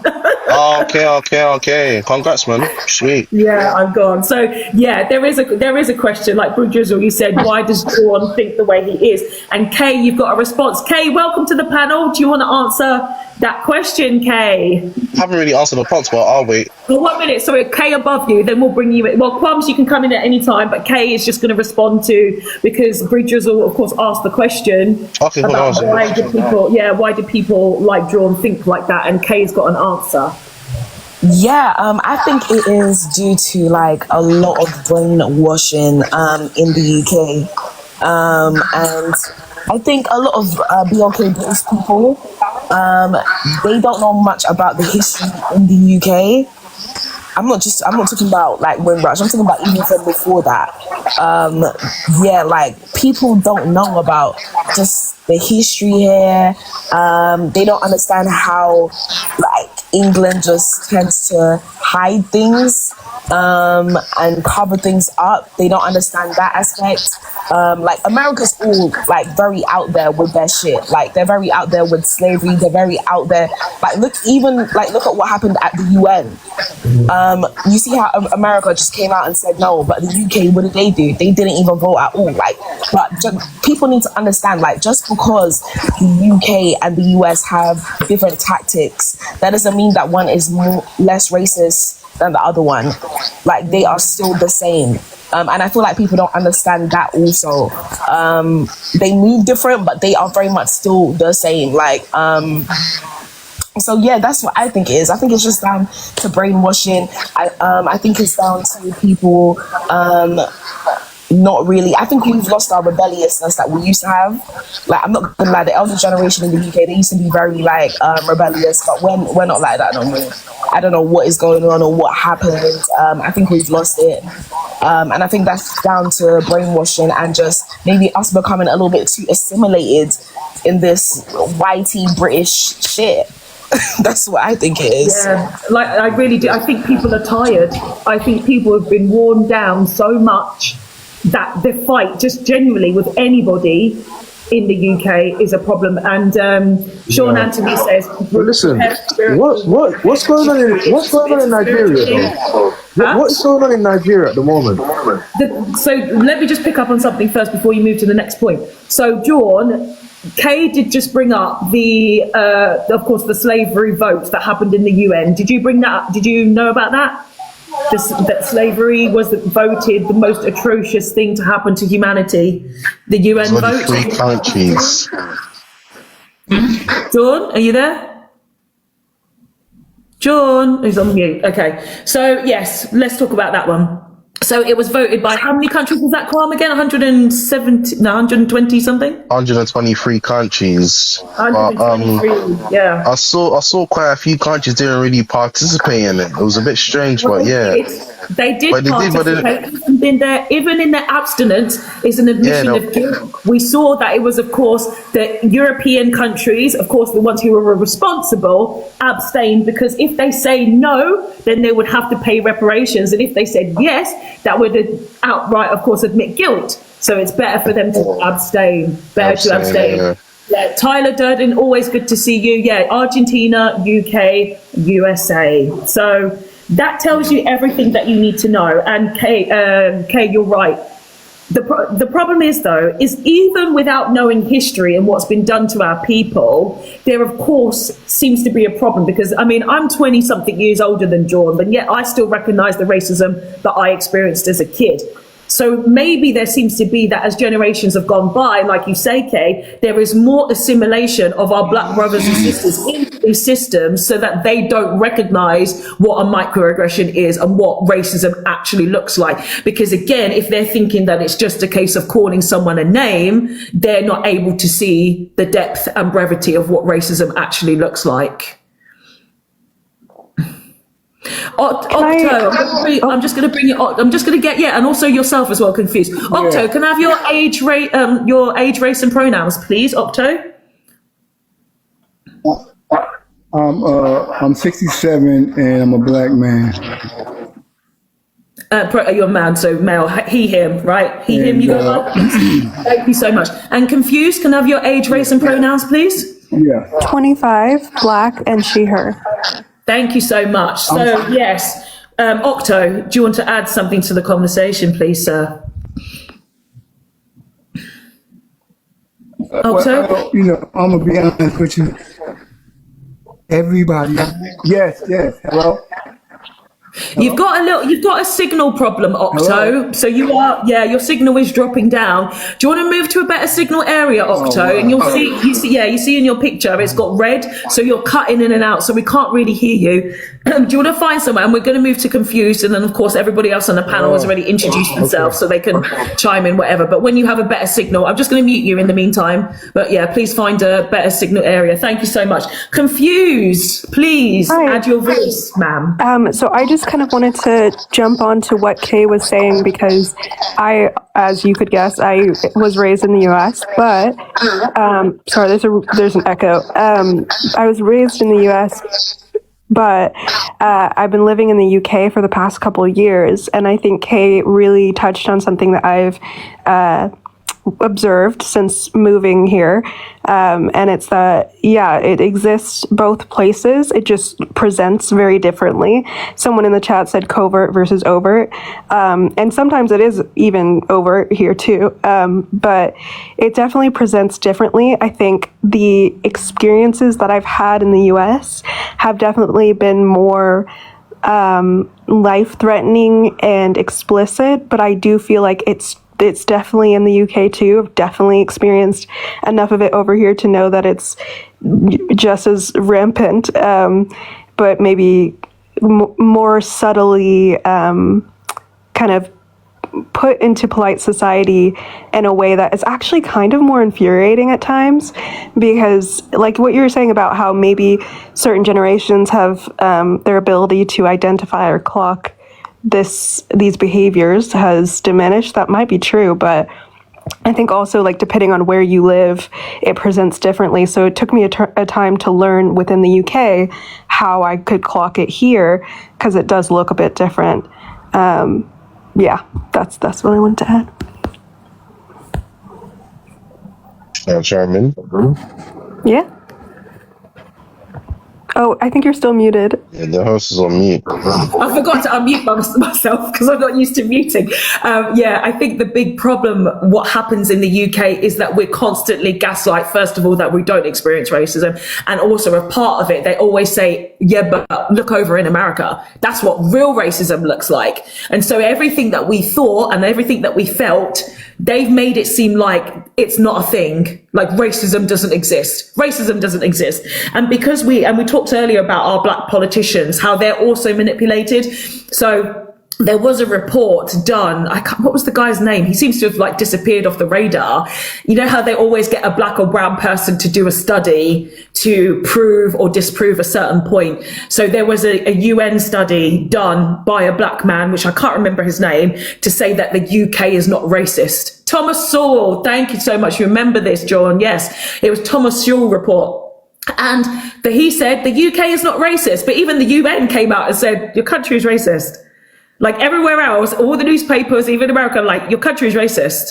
Your country is racist. And then Thomas Sowell kind of like quietly sort of went into the background. He's kind of here somewhere, but this is what happens. And this is why I keep saying to black people, you got to be smarter than this. Stop thinking about your proximity to Britain and to England and to whiteness, because it does not serve you. I think 1 Million said this earlier, that of course, some people do put it to one side because they're thinking about money, right? I've never put myself close to whiteness and found myself broke. I have to say this. I wish I said that also when he was there.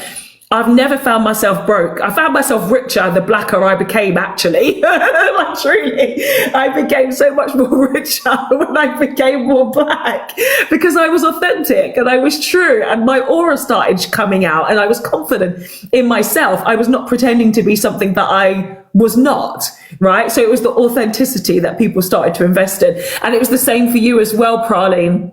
Good to see you as well. Thank you for your comments down in the chat section. Yeah, so I mean, this is what I want to make sure that black people are doing. And even yourself, Confused, who are in the UK, don't let the energies or the people of the UK get you down or bring you down. It's kind of hard because the energy is so negative. Do everything that you can to remember who you are as a person. Like truly. Don't go down with the ship because that ship is sinking. You went from the US to the UK. Lord help your sister. I mean, it does feel like an improvement. My experience has been better in the UK, but at the same time, just to touch on, I can't remember who said about it still exists in the UK. I think the issue is that, and I hesitate to say this because I don't want it to be taken the wrong way, but I do feel like because the UK in general in politics tends to be slightly more progressive, especially where I am in Scotland, than the US, that in terms of talking as a whole, because of that, they have a little bit of a high horse that they tend to get on when it comes to issues like racism, where they're like, oh, but we're not doing what the US is doing and we're not as like blah, blah, blah. But the thing is, like, that doesn't mean that y'all are good. It doesn't mean that you don't still have a problem with it. And I think that it can be very frustrating when they use the comparison to invalidate the argument that they themselves also have issues. Can I answer that real quick? Yes, Qualms, go ahead. I might have a different opinion. I think it's those black foreigners who are born in another country that don't think that UK is racist. Because I've started to notice that a lot of Africans who come from the diaspora come to the UK saying, it's not racist, just work hard.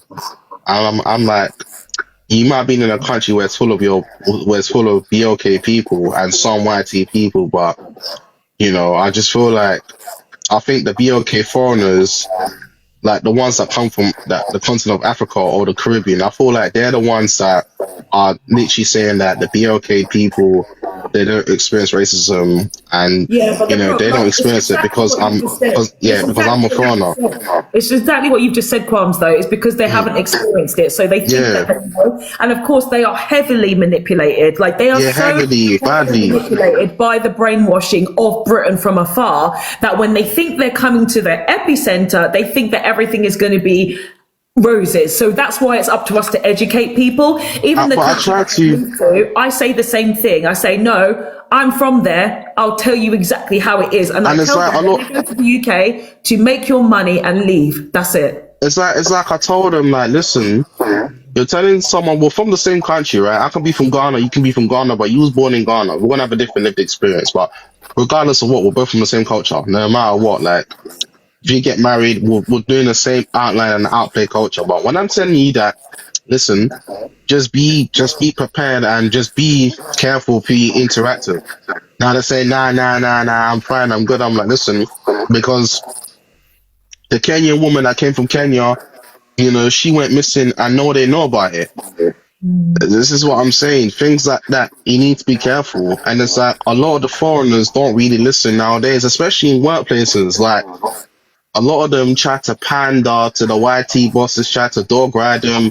And I'm like, you can do that, but just make sure, you have awareness. And then it's like a lot of them don't really stay on code because at the end of the day, if a situation happens, no other place is gonna, if an employee looks like you, the chances of him jumping in and trying to intervene and trying to sort it out is gonna be high likely. Whereas with the others, they won't. So it's like, I feel like it's the black foreigners that think that racism is not really a thing. Even though Africa and the Caribbean was colonized by, Brits and other countries, but I don't know why they carry that mentality when it comes to the UK. It's very weird. It's very strange. Very, very That's strange. it. But that is it. That is literally the history. Is that they are brainwashed to believe that white people aren't racist. Like this is just, and it becomes part of their culture and part of their understanding. Because remember, there is many Commonwealth countries, right? These quote unquote Commonwealth countries, they still have the Queen or the King now as the head of state. They will still have white politicians. They have all these things, and they're also made to feel subservient in their own countries.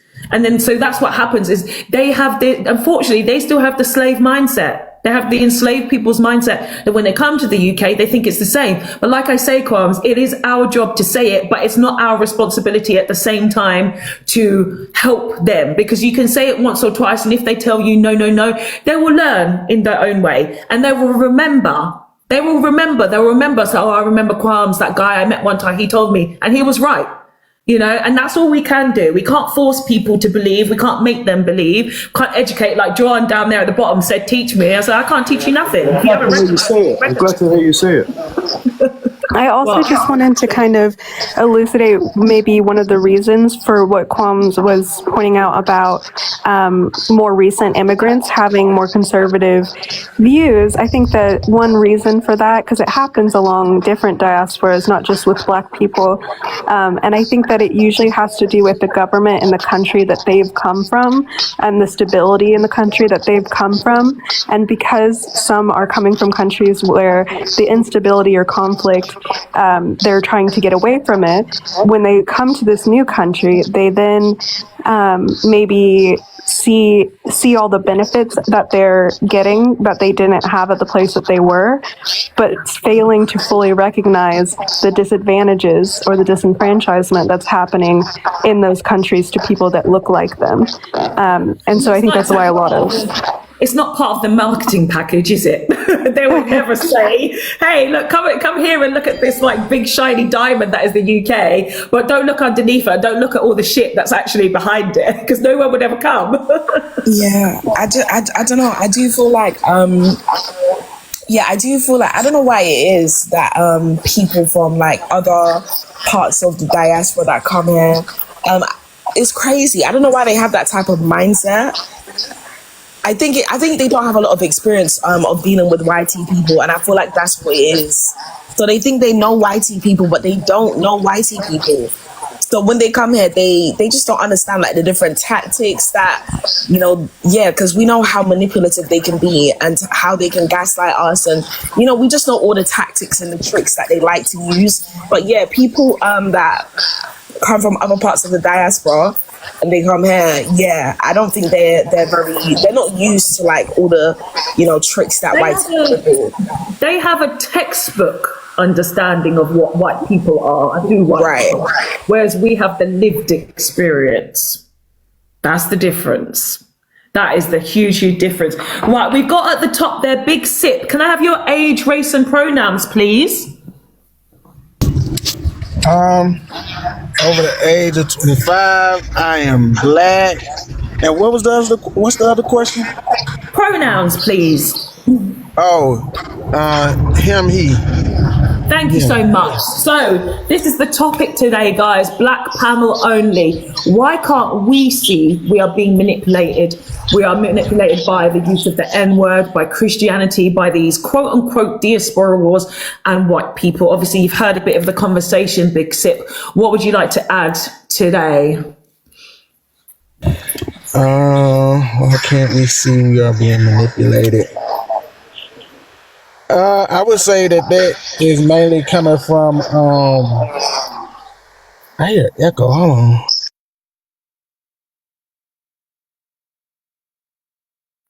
Yeah, if I mute myself, you should be able to hear yourself. Okay. I don't know who Shower is, but I am not an FBA. That's wow. He's not FBA. Yeah, I'm African American. So what I would say is, if it's hard for anybody to see why they're being manipulated, that's coming outside of the home and them parents really not teaching them about themselves and history. And also pretty much not recognizing what's going on around the world to be manipulated in that manner, because if you cannot spot the smallest microaggressions, I would say something is really off about that. And I would say it stems from like upbringing too, depending on what environment you were raised and grew up around. Will also speak to how you can be manipulated. I think as well, though, it is very much a generational thing. So if you mind muting yourself and then you can come back in, because I can hear the echo as well. Big Sip, do you mind muting? And I'll respond to that point and then you can come back. Thank you so much. Yeah, so I've talked about this before, about how our grandparents and then our parents were forced to assimilate in the UK. If it's different in the USA, probably it's different, but most definitely in the UK, our grandparents did not really have that many opportunities to understand the depth. Diego, good to see you. You know what, I was thinking about you the other day. I was thinking, where's Diego? And especially in this conversation, I hope you want to come up and talk about this, Diego. Good to see you. Yeah, we've got a white person again who always wants to infiltrate the space, and we've got Alex Troman who wants to come up, even though that clearly says black only panel. Anyway, so, and also Alex is getting blocked because the obsession that white people have with black people is very unhealthy. So like I said, grandparents and parents didn't really get enough time to actually understand what microaggressions were. They were dealing with out and out racism, which is something that they could actually identify.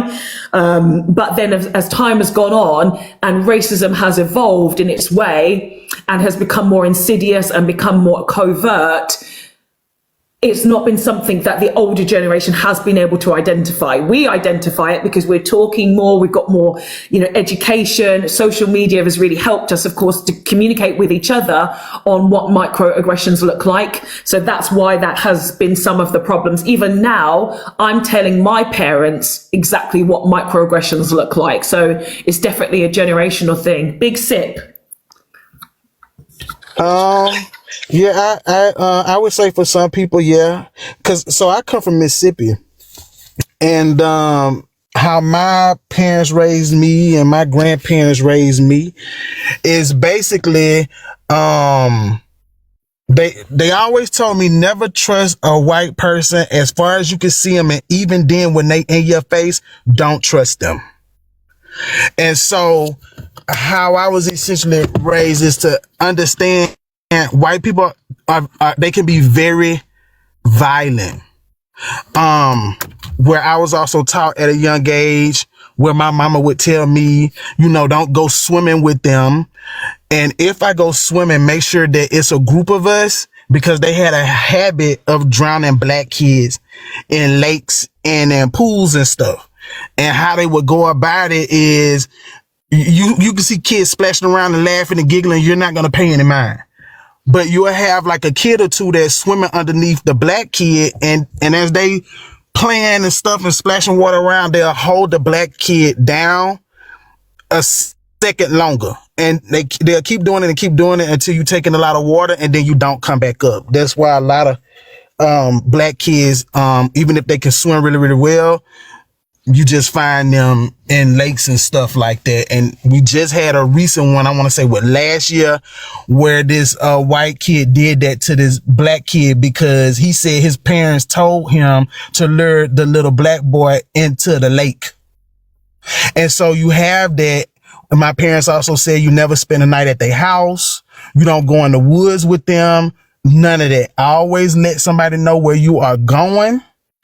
And is really, even now, I send my mama a message and let her know, because it's helpful, because if anything was to happen to you, they could look back on when the last time you was somewhere and they could trace it. And so I would tell that to like people, and they thought that it was like a game or a gimmick. But just a couple years ago, they found a lot of unmarked graves in Mississippi. I said, yeah, you go missing. It's not a joke. It's not a game. And that happened to this lady's son. And he was sending messages to his mama about people at work and how he felt about the people at work. And he said, if anything was to happen to me, I believe it would be them. And so that's why they tell you, if you're going to be around them, let somebody know. Because you will have a habit of going missing. And does anybody here, like, I want to know sort of from the Black British audience, if we've had similar experiences or conversations where our parents have said, be careful of white people. Can anyone put their hand up and say that that has been a conversation? When you were younger, maybe that might be happening now, but when you were younger, black people here, you did, Crumbs. You had people, you be warned. Rasta Pinky, you were warned. Kay, were you warned? Maybe more older generation. Yes, about school. Groove Nation, never. Kay, you said yeah, I wasn't. Eve says yes. Taste says yes. Thais, good to see you, Thais. Faded says yes. King has got a thumbs up. So, and Rasta Pinky, you warn your daughter now. Yeah. Ray says, my dad, yeah, my mum, not so much. Skyper says, yes, as a child, aged about 12 in high school. I'm, what am I? Exennial? Yeah, X. I'm X as well. Yeah, and I didn't get any sort of warning. Say my parents, it was very much just kind of ignored a lot of the stuff, I think. And I've talked about my first instance of racism when I was called the P word. This is how stupid English people can be, is I was called the P word because they thought I was from Pakistan, because they can't even identify what countries are on the map. No, I think there's a thing in the middle now, Paulie. Good to see you, by the way. Millennial, there's a one in between millennial, because we have the very unique situation of being without internet and then actually being part of the first internet generation. So we're called that. Oh, I've got a violation for hate speech, for hateful behavior. To be honest, I'm surprised it actually took so long. I just wanted to highlight something that a lot of the Black people here have talked about, how they've been told these things by parents or people within the Black community that they were raised in. But for people like me who are raised in white communities as a Black person, I think the proximity to whiteness or to white people is also a learning experience in and of itself as well, because I was able to see how they act when they think that it's safe to be racist in front of me or whatever, or even people that I'm hearing from white friends what they're saying.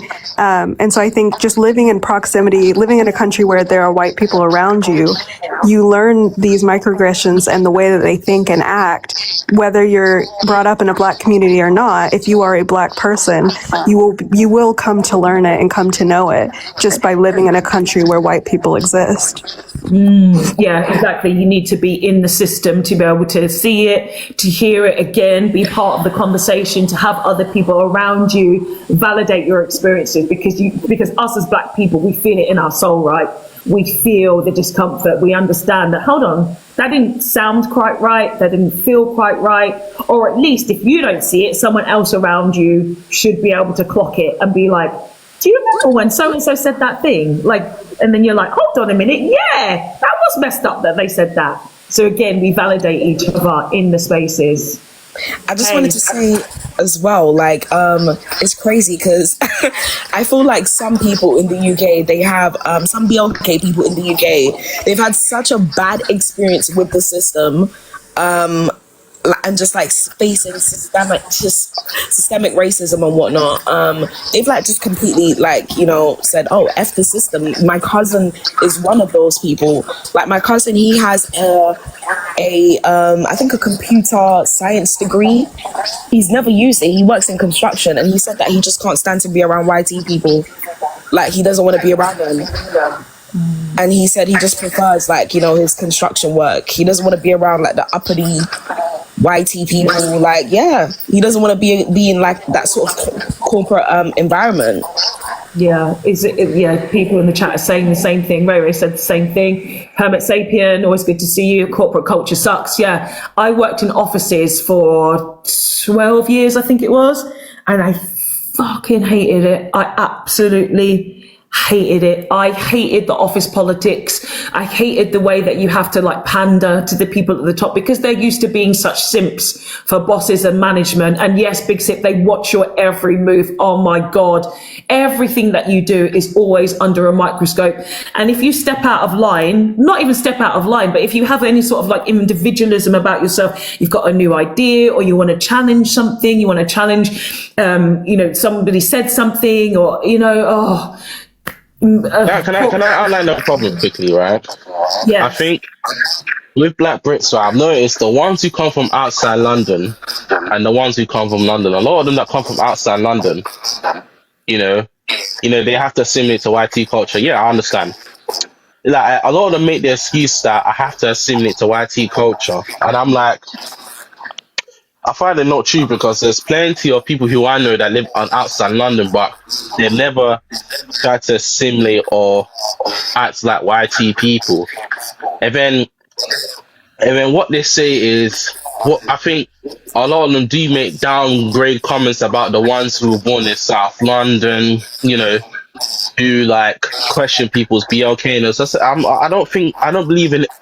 I believe in, you know, getting an education and, you know, doing well for yourself. There's nothing wrong with that. I think we can all get an education and do well for it. But I think it's the way how you speak about your community and stuff, because I've noticed a lot of people who have that mindset seem to be Mr. Rockers and Sister Rockers about it. And a lot of them, you know, do promote such as interracial dating, and they do talk down about the men and women in their community. So I think I don't think this is a like just outside of London thing. I think it happens everywhere. But Diogo, I'm also going to bring Diogo in, because I saw his icon in the chat to be like, Can I line quick? Can I just line quick? I'm gonna line quick, right? All I hear what you're saying, host, but you've also, I think it's just those type of people who appear to be the ones who really don't believe racism is a thing. I just feel like my experiences with those who don't really think racism is a thing. I'm just going to interrupt you, because That's what I noticed. we've got a lot of people up on the panel, and I've had a lot of conversations. You're kind of the only person so far, really, that is very focused on other Black people and other Black communities that aren't doing what you expect and are disappointing to you. I have to say this, like you're talking about outside of London Black people is like this, and the Caribbeans is like this. Like, you're very much more about the anti-Blackness rather than the pro-Blackness. Like, I can talk about how we're being divided, but you're talking about how Black people outside or wherever they are don't seem to be good enough for you. So to be honest, you have more proximity to whiteness right now. I have to tell you this, Kwame. Maybe you're not saying it, but you are. I'm not. I'm the one that I'm trying to outline the problem between people from two different areas, and I'm trying to say, you know, why can't we come together as our individual selves? I'm not saying anything about division. That's not how you framed it, Kwame. But you also mentioned interracial. You also mentioned interracial relationships, and I'm going to be honest. It wasn't super clear what your take was. Maybe because I don't know you, so I don't know if you were trying to say that it's a bad thing or what. I'm not saying there's a bad thing. I'm just saying when people are in it, they often view their community in a different way. I think both sides do view their community as a negative way when they date a YT man or a YT woman. That's how I really feel about when BLK people, you know, involved in the interracial thing. I don't know if I agree that people in interracial relationships view Black people worse, or again, it's hard. No, I'm saying they talk down on their community. I'm not saying anyone on the panel, but I'm saying from my experience, when I've heard about men and women interracial day, a lot of them do have negative stuff towards their community. Like, I don't know why they can't go and do that, because that's what causes the division in the Black community. When you date a YT man, when you carry YT savior complex, when you carry YT savior complex, you're gonna have a mindset. But let's be real though. Quantifying it is very hard to do. Okay, do you not believe in YT savior complex that a lot of Black people carry with them? Like, do you not carry? Do you not see Black people carry YT savior complex? Before I answer your question, I just want to say the issue is that we're talking about like racism, and you're kind of critiquing the BLK community. You're kind of dissecting the issues within the BLK community rather than actually highlighting the external contributing factors to why BLK people are in a disadvantage. In the no, but Diego, well, hear what I'm saying, but I just want to say something quickly. I think that's essentially the point.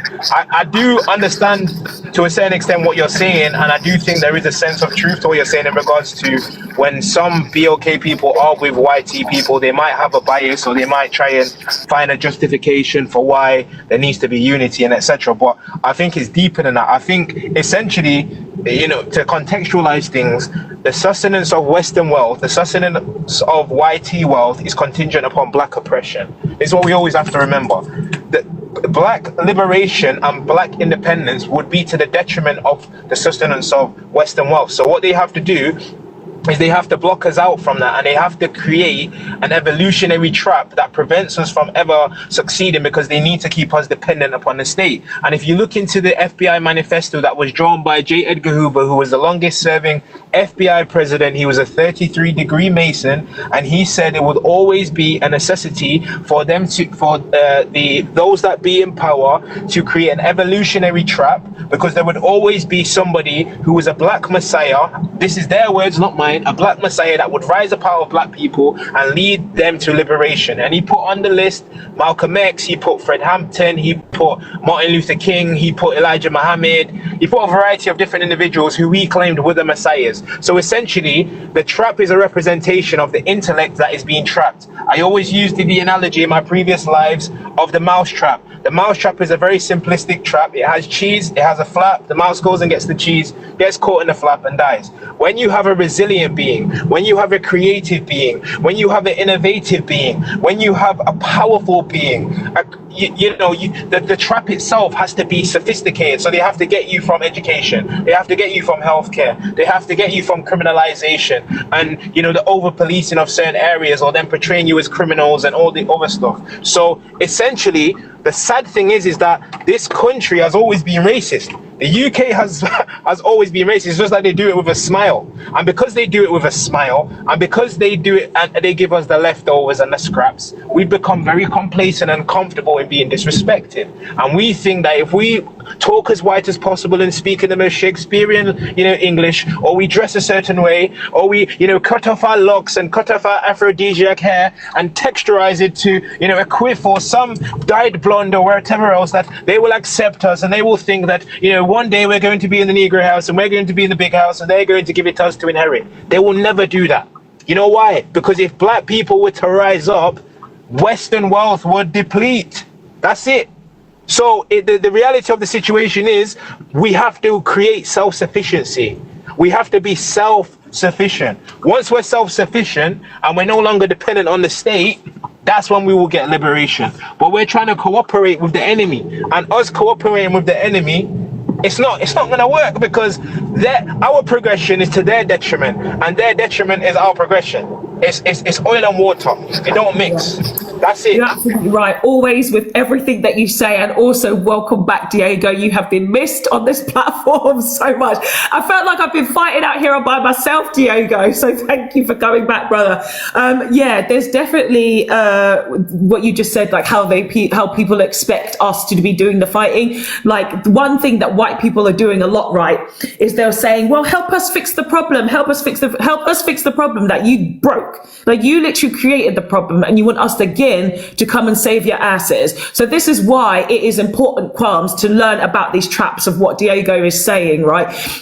There are so many traps that are literally set up that you might think that you're being pro-black, but you're being anti-black in some of the stuff that you're saying. And this is not to come at you, because black people, we're family here. And I even say to anyone who comes to this space, you're my family, you're my family member. So when you come here, then please be prepared to be educated. Please be prepared to listen, and please be able to understand some certain things. And even if you don't understand, that's fine, but try not to be defensive in the space. Try to take some time, like sit in this discomfort and just take some time, mute yourself and just listen.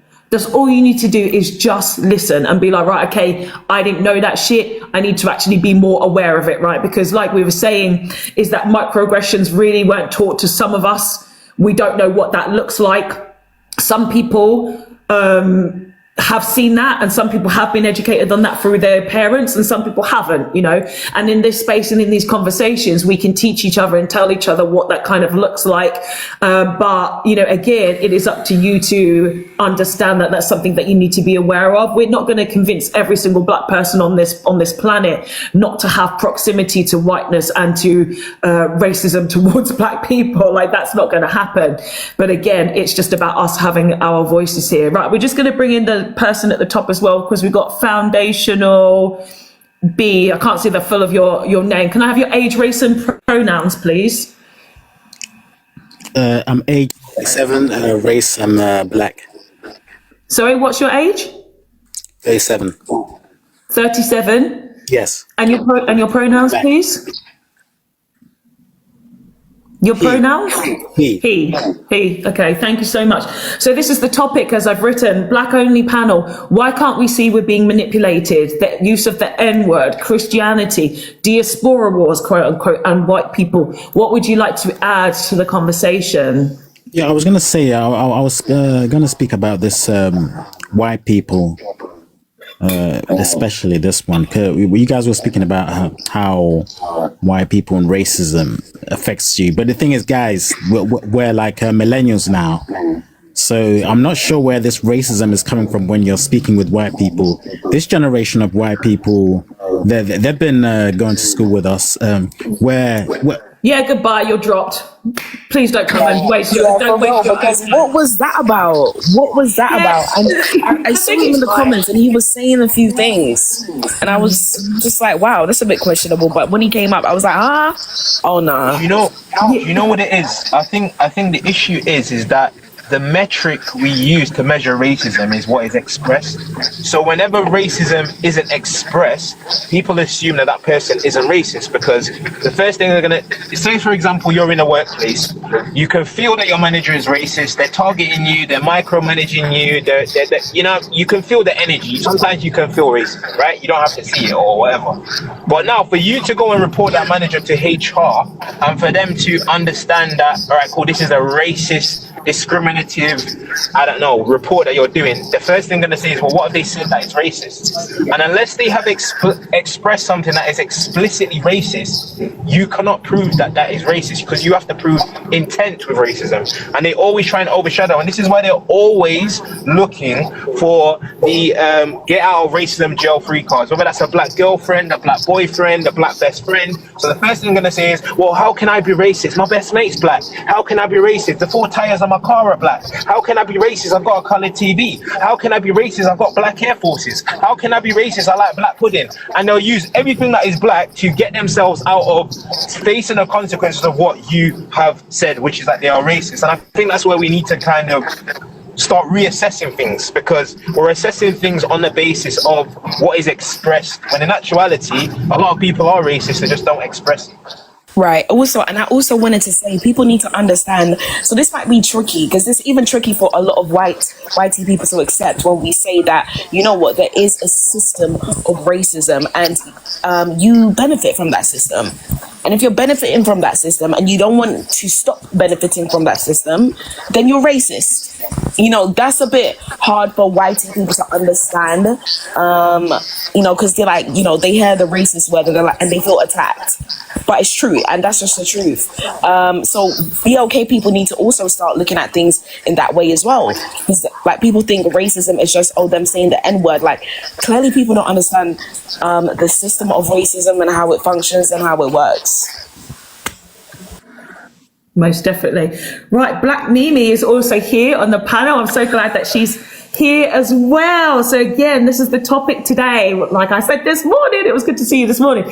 Black only panel. Why can't we see we are being manipulated? So we've actually talked a lot about the N-word.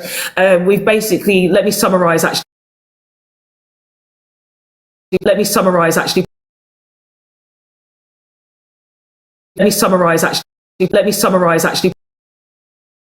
African Americans empowered themselves through hip hop music, mainly in the 80s, 70s, 80s, to reclaim that word and to take away some of the power from the word. However, how it's being used this day, we said this in the chat, Skyper, if you're still here, me and myself, we still feel very triggered. We're very triggered by that word.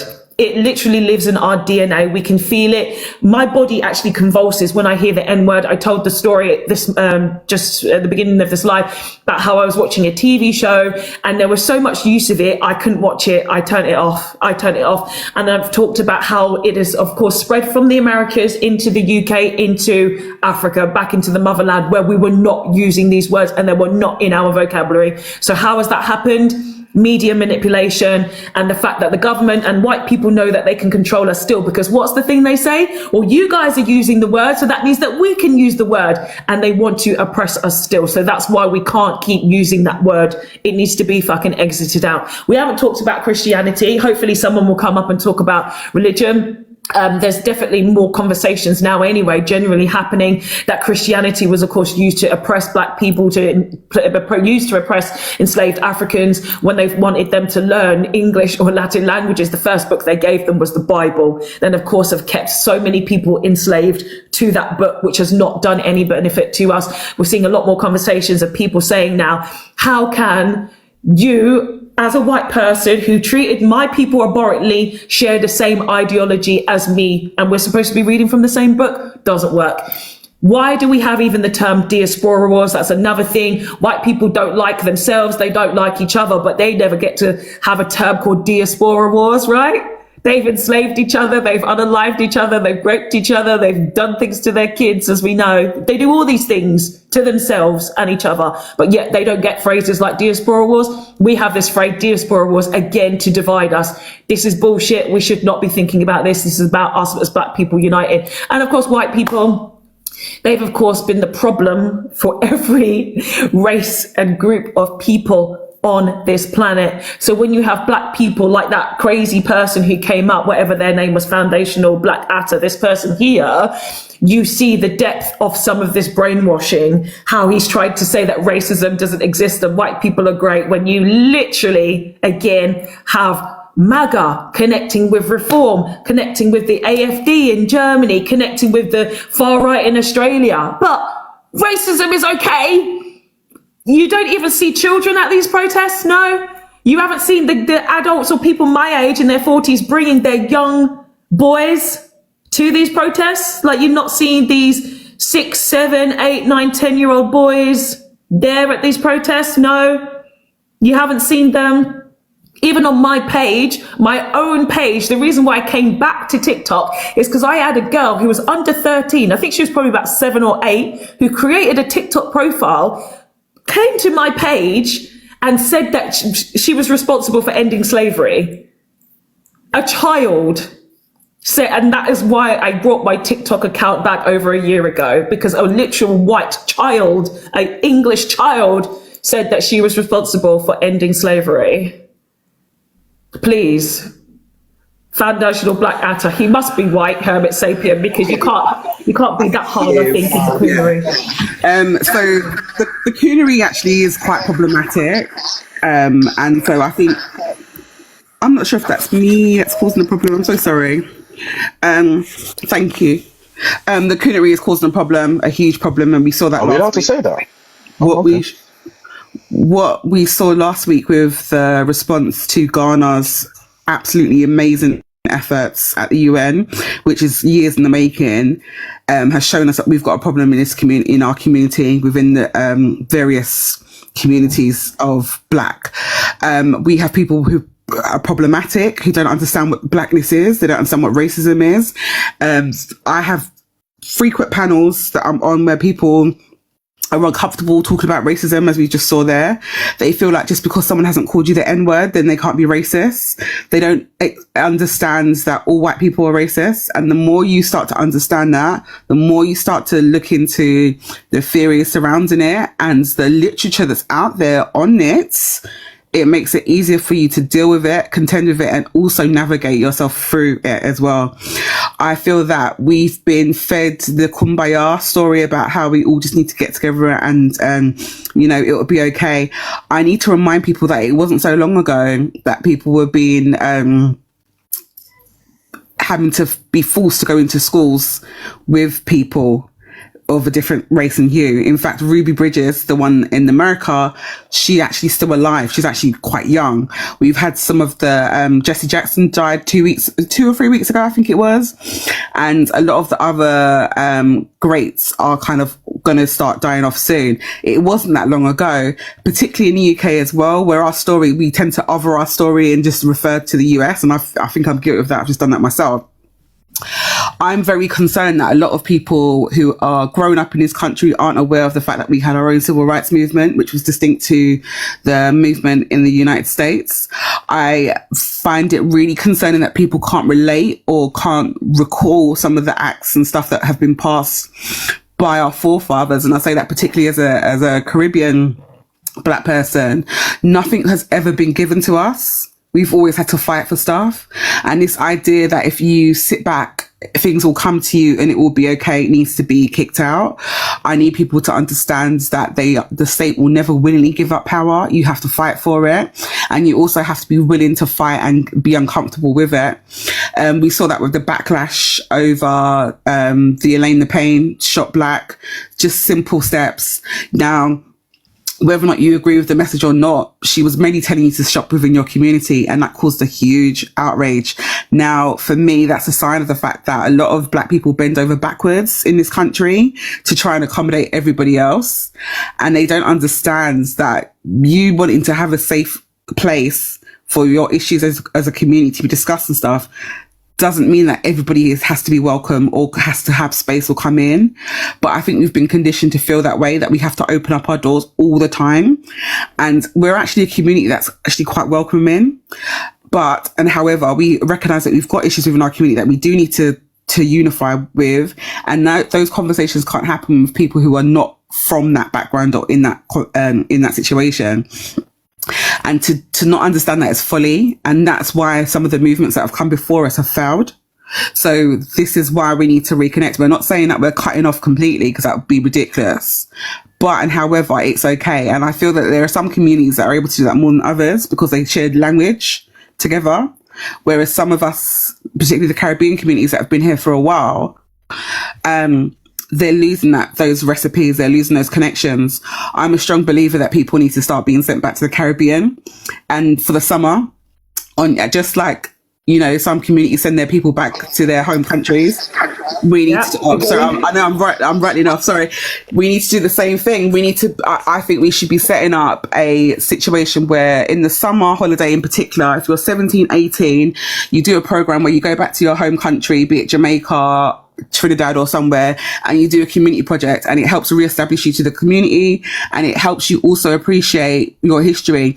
A lot of you are believing the hype that you are in this situation and you're never going to get out of it. I've grown up in a situation where I've got barristers, judges, people around me, just everyone's a professional. Because I've been back home, I've been to Jamaica, I've seen it. So it's not new, it's not unachievable to me, it's not new. Whereas over here, you're living this Top Boy fantasy. Top Boy was written by a white man.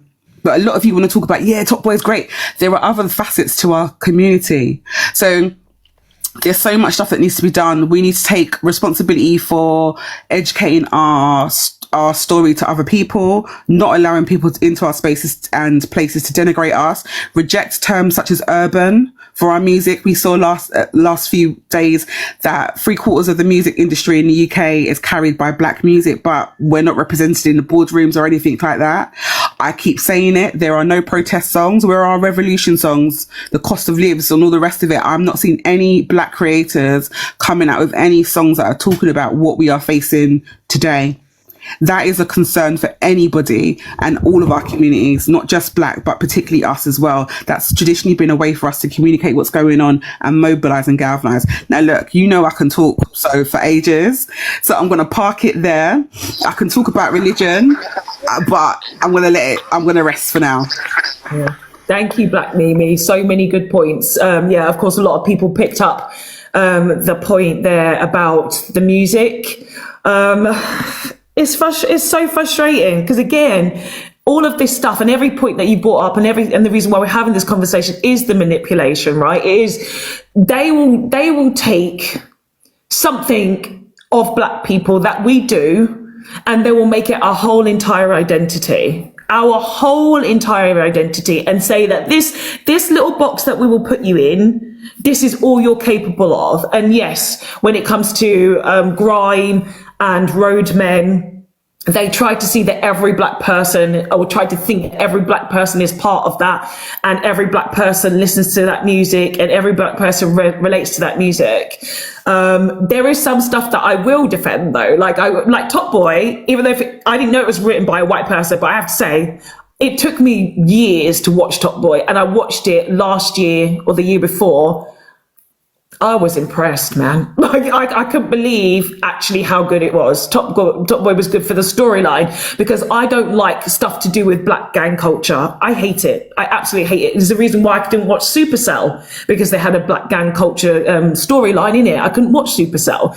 But after years of people saying you should watch it, I did watch it. And actually, I did find myself very entertained by it. You of course brought up the Elena Payne stuff. I think we've had a conversation about this before, didn't we, Black Mimi? And you know that I think you know that I did a video not agreeing with her approach on how she went about things. Her message was right. Of course, we need to shop more black. I've said that I wouldn't boycott Asian people, because to me, it doesn't make sense, because I am a business person. You don't boycott communities outright. You have to engage them in order for them to buy your product. So this is actually just like business savvy.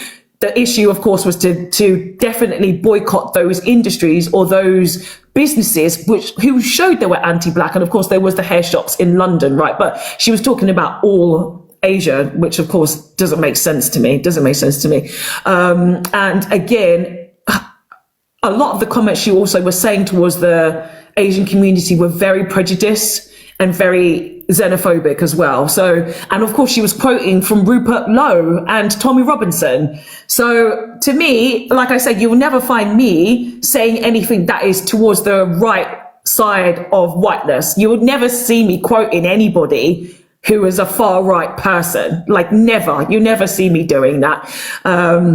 So yeah, I think again, you have to be careful about the messages and so you can support the message, but if you support the person, it kind of gets lost with what we're trying to do as black people, because again, what she eventually did was divide the black community, right? That's exactly what she's done. Because if you look at Del W. Boy, who said the same thing, essentially, he was the person who started it, right? He said, we need to not boycott, we need to shop more black, we need to highlight the fact that Asian people, of course, have got the massive majority of the market in the black hair care market. He outright said that, but his movement said, use up all the products that you've got in your house and be more mindful when it comes to actually buying black owned products. That's what he did.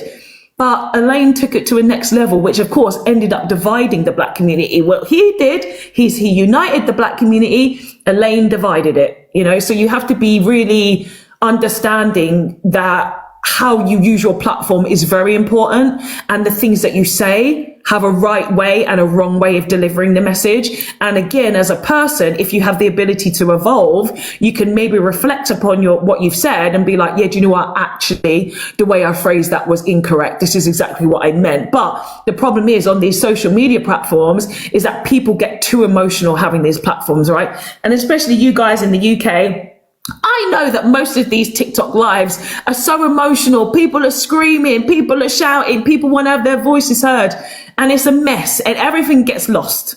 Everything gets lost. You have to have so much control over your ego on these platforms so people can actually hear what you want to say. They can actually hear you. So yeah, I think Kwams, did you want to bring something? Was it Kay? I saw you unmute. Yes, Kay. Yeah, I wanted to ask, Confused. Is it Confused? Yeah, Confused something. Hi, sorry. Yes, I've been in the chat. Hi. You're from the States, right? I grew up there. Okay, cool. I wanted to ask you something about the Black American community, because I'm not gonna lie. You see, all right, so let me just explain. You see, I'm not sure if you heard what the host was speaking about with the Asian shops that we have over here that sell black hair care products. So I'm not going to lie, I'm not really too happy about that. I'm not really happy about that, to be honest. And I believe that we should have boycotted them. However, like, a lady came out saying that we should boycott. Her name was Elaine, and quite a few BLK British people were against her. In fact, quite a lot of BLK British people were against her. I don't know, like, how do you think that situation would have played out in America? Like, let's just say if the... I was just going to say, I grew up in the South, but I went to university in New York City.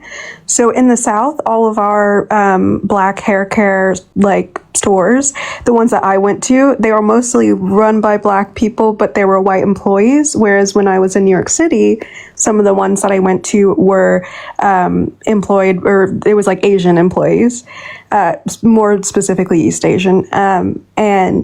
I've saw some video clips of some incidents that occurred within some of these stores. And so if you're saying, like, if there was a call within the black community in the US to boycott these hair care stores that are run by Asian people, is that the scenario you're giving? How would people react? Basically. Honestly, I feel like I can kind of see it being a thing, like being something that black people could get behind, but at the same time, I think with a lot of the boycotts that people have been trying to call for in the US that have been happening lately, for example, Target is somewhere that there was a boycott situation. I think that unfortunately they're not as effective as we hope they'll be. A lot of people still go there anyways, and so I think that it would just be a divide within the diaspora in the same way that you might be seeing in the UK, because we can't really get on the same page with boycotts a lot of the times. Do you know what the problem is, right? Is that there's never really properly planned, executed situations, right?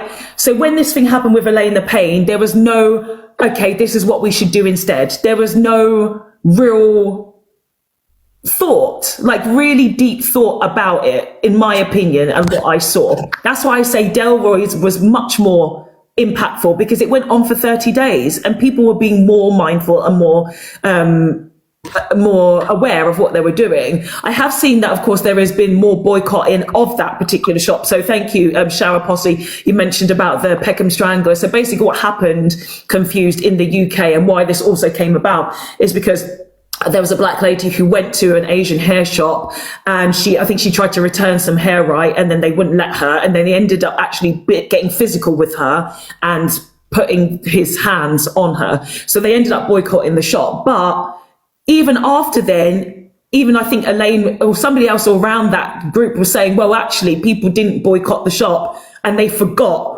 about it. There was not enough said about that particular issue. There was not enough said about why we should be doing that particular boycott.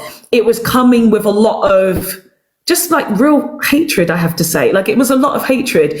For me as a black person, and what I've said specifically is black people are more empowered by the things that we can do for ourselves, rather than actually being just discriminatory towards a whole group of people. Like, really, and as I said, in my business and my family and the friends and family that I know, we've never had to talk down another community. And you guys, I always say this, I will never co-sign whiteness and I never co-sign Englishness, but in our success and the people that I know, and I've talked about my grandparents when they came Windrush generation, that they created businesses, they had multiple houses. It was never about, oh, we need to boycott another business to be successful. No other group of people on this planet has ever said they had to boycott another community to be successful. You can do both, right? If you want to boycott the shops and boycott Asian, fine, but how are you actually building at the same time? Like, that's the problem, because that seemed to be just a lot of black people complaining. Where's your plans then? Where are you opening the shop? Where are you actually networking? And with the Asian people that told you, yeah, I would like to create business with you, I can tell you where the cash and carries are. I can give you the details with the supplier. Was it actually happening? I have not seen. I do, of course, follow some black creators and black shops who have already been in business, already been doing it, and already trying their hardest to be successful. But from that boycott, has there been much? I don't know. Kay and Black Mimi, maybe you can fill us in. Has there actually been much from the boycott? Like, what positives has there actually been? So for me, I come at it from a different angle, and I'm not sure if I got feedback. Sorry. I'm a mod for Elaine as well, so I have to declare interest. I saw the conversation evolve. So for me, I don't look at that. You're disclosing it. Yeah, no, of course. I saw the conversation evolve. And so for me, I don't look at it from the viewpoints of someone who probably wasn't there from the beginning and how it escalated. I'm very cautious, though, to say I disagree with your viewpoint because of that. But, and however, I understand what I never really stand on the fence, so I don't want it to sound like I am, but I'm going to walk you through some stuff. Firstly, I'm first generation. I live in Peckham. So the hair shop situation was on my doorstep. I am fully aware of the history of what has happened in that industry in particular. And it happened before the Peckham Strangler issue. There had been a concerted effort to X out the black hair shops in our area, and it happened. Anyone who's interested, I always refer back to Yinika Bodyline that used to be there, with a Nigerian lady who was actually forced out by the Asian hair shops. They actually targeted her quite profusely to the point where they kept getting training standards to go in there, and she eventually got banned from having a shop. So when people have the argument about, well, we can have our own spaces and places, no one's ever said that. It's been about the fact that we've been locked out of the industry, and it's the same conversation that happens in America with the Koreans and how they ended up being in the hair market. I don't want this live, though, to turn into a hair care live. So I'm going to be very surface level with some of the stuff. I have to say, I'm from a generation or from a family where we were always boycotting. We were always buying black first because of how we've been treated historically when we went into these shops. My family in particular and other families around here, we just don't shop in those shops anyway. We were having instances where we were getting meat that wasn't good. We were having constant issues with people going into the shops being touched sexually in the hair shops in Peckham, and also the stuff that was being sold to us we started to realize was counterfeit. So this didn't come out of a vacuum. The girl that actually went into the shop and was strangled, was assaulted. That shop had been flagged previously. Trading standards had already been in there, and there's quite a few shops. So there's 3 predominantly families on that road. They got fined £30,000 twice. You know, yeah, they did. I'm coming to it. So that in that Peckham, there's 3 Asian families that own the majority of the hair and meat shops down there, and there are other issues that have come out with some of the stuff that they've been doing. However, people tend to turn a blind eye to stuff, but when you're sending us counterfeit and out of date stuff, that's an issue, and it was being raised constantly. However, when you're going into the shop and they're speaking to you and they're calling you, not Jareer, there was another term that they were using you, people were saying, well, you're actually kind of being quite rude to us, and we're your customers. So from then, people have always been like, I'm not messing with them. I do think some of what happened turned into we're boycotting the whole Asian community, but there was the failure to understand how it got to that point and the comments that were being placed on her page, and it was in response. I'm sorry to interrupt you, but the way that you're expressing this and the way that you're talking about this is perfect. It's the absolute way. Like we as people would have so much more understanding. And even the comment section, Hermit Sapien, I saw, like, why didn't Lelaine say this? Like the way that you're saying it, and this is what I mean. You can have the same message, but it's about the delivery. It's about the delivery. And someone else did say that maybe she was frustrated in the end. Yeah. Of course, all that stuff came out. She was having lives and people were being racist to her on the live. And I'm not sure if you've seen some of the threats that she was receiving. So for me, I feel like a lot is focused on her tone and how she delivered, but not on the racism that she was facing. And I think as well, for people to conflate the fact that the year before, this is why I came on originally, because I heard the guy saying, but we haven't got any racism. We had race riots the year before, and Elaine was one of the people that was actually quite front and center talking about how, it's our community and all the rest of it. She was actually quite supportive of the Asian community. So I don't understand why people don't get that from her the year before backing it, saying leave them alone, we stand as one, to get into the point where she's like, all right, fine, F it, we'll just boycott the whole community. They're not getting what has happened in between and the stuff that's happened. I'm not Elaine. How I respond to stuff is not going to be the same way as her, and I'm not going to police her and on her response. She was getting a lot of hate. As a mod, I'd see it. It's a lot. It was getting to the point where we couldn't allow her to go live for her own mental health, and also because of the amount of hate that was getting put on her page as well, it was a lot. I'm going to park some of that there, but I will come back and say that the shop was fined previously.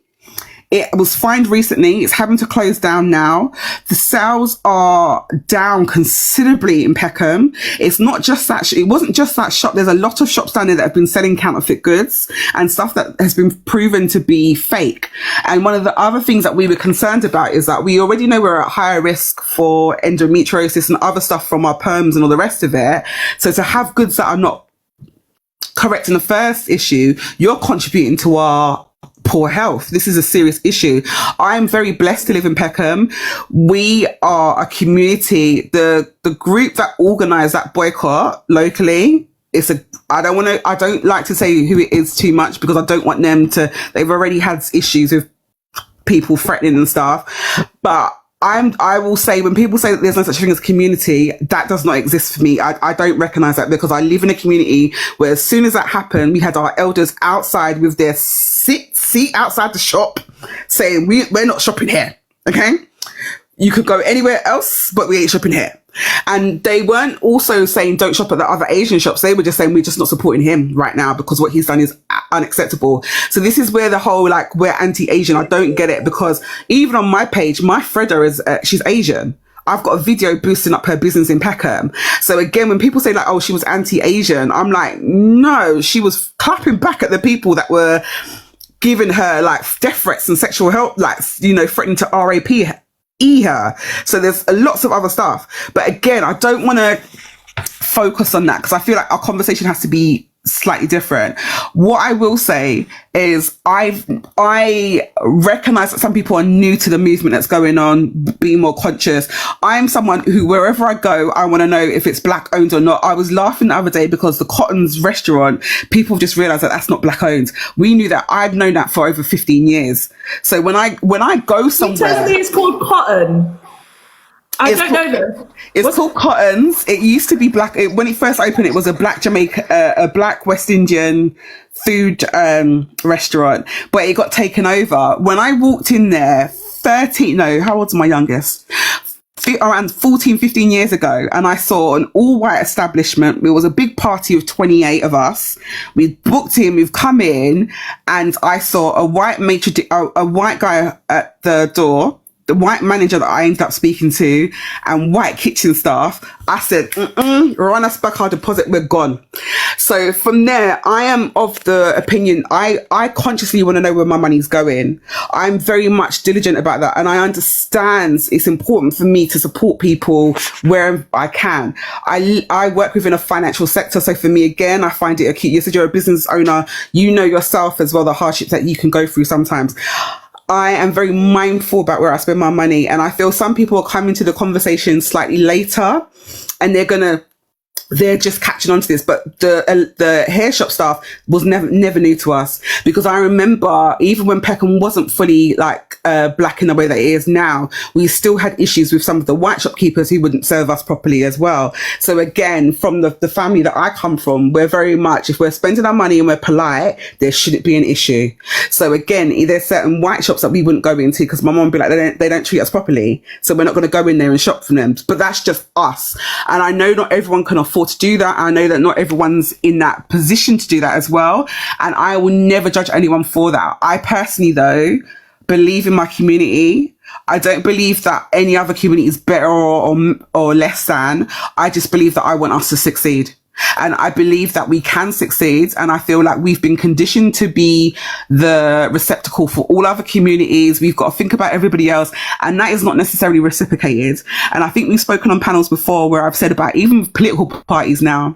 A lot of people, I know you're a Green voter, a lot of people are transferring over from Labour to the Green Party. One of the things that I'm saying to people now is whatever party you're going to vote for now, you need to ask them, what are they specifically doing for the black community? And people have a lot of problems with that.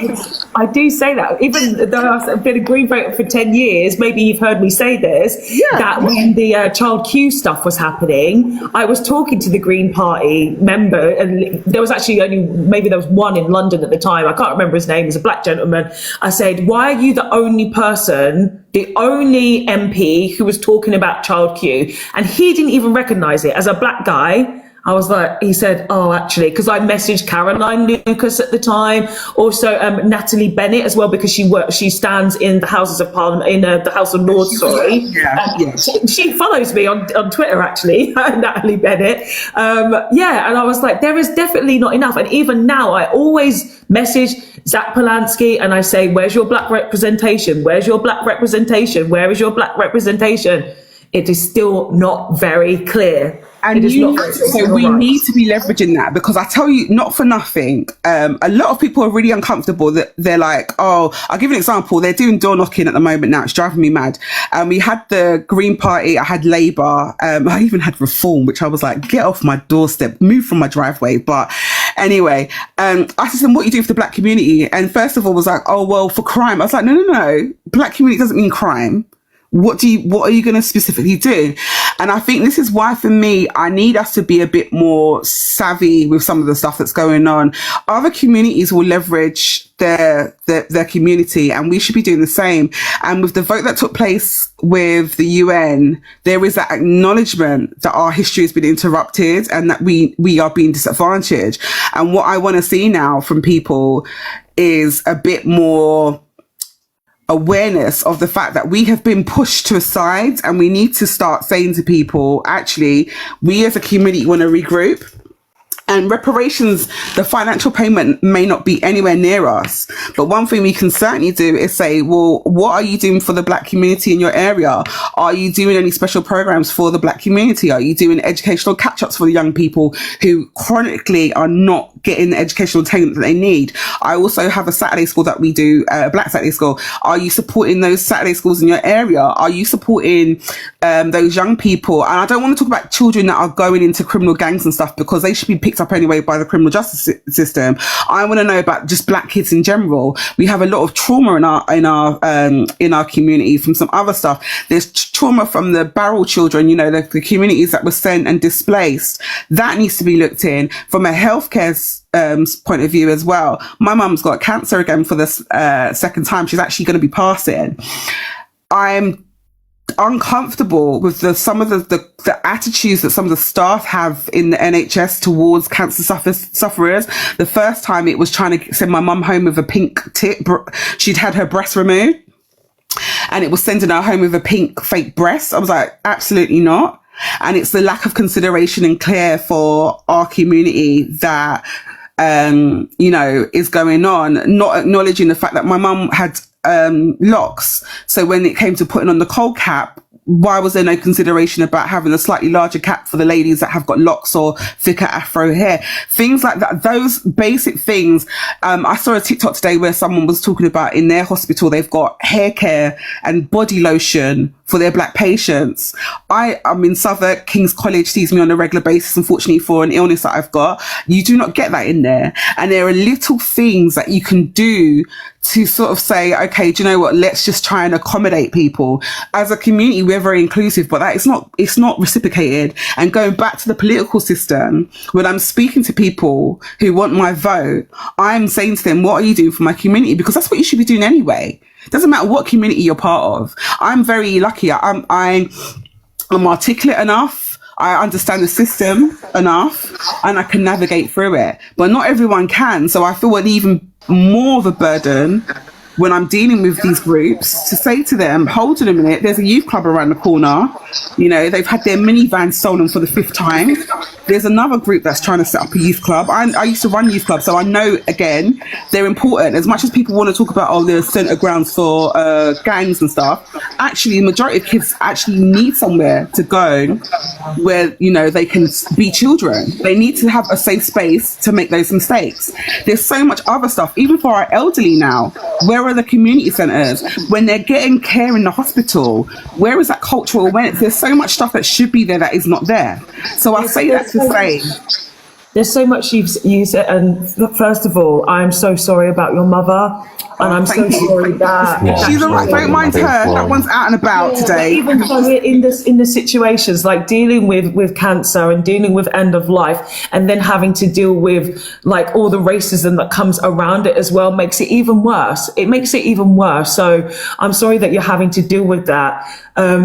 But at the same time, I'm so glad that you have the ability to raise your voice on so many issues, Mimi, to the point where I'm just like, do you hold lives, Mimi? Like you are so powerful in your voice. You have the ability to articulate all of these situations and all of the things that the Black diaspora needs to hear. I need to hear these things. People in the chat need to hear these things. People on the panel also need to hear these things.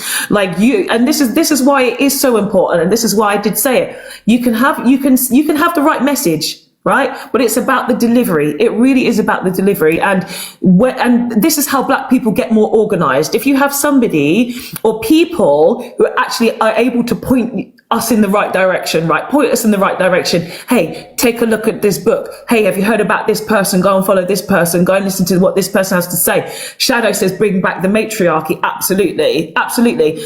But we have to be able to work together on all these things, like work together on these things and actually understand the path to go through it, right? Because what happens sometimes is in any community, right, is that you can see the path, you can see where you need to go, but there's all these other obstacles that come in the way, right? All these other challenges. And you should have a good network around you, a good support system around you to say, oh, do you know what? You kind of went off a little bit on the path there. This is where you should be end up going. This is someone who you can also connect with to bring it back together and make people see that this is your message. Like you are that person, Black Mimi. Like you are. Do you know what it is? I give grace to other groups because I'm in my mid-40s now, okay?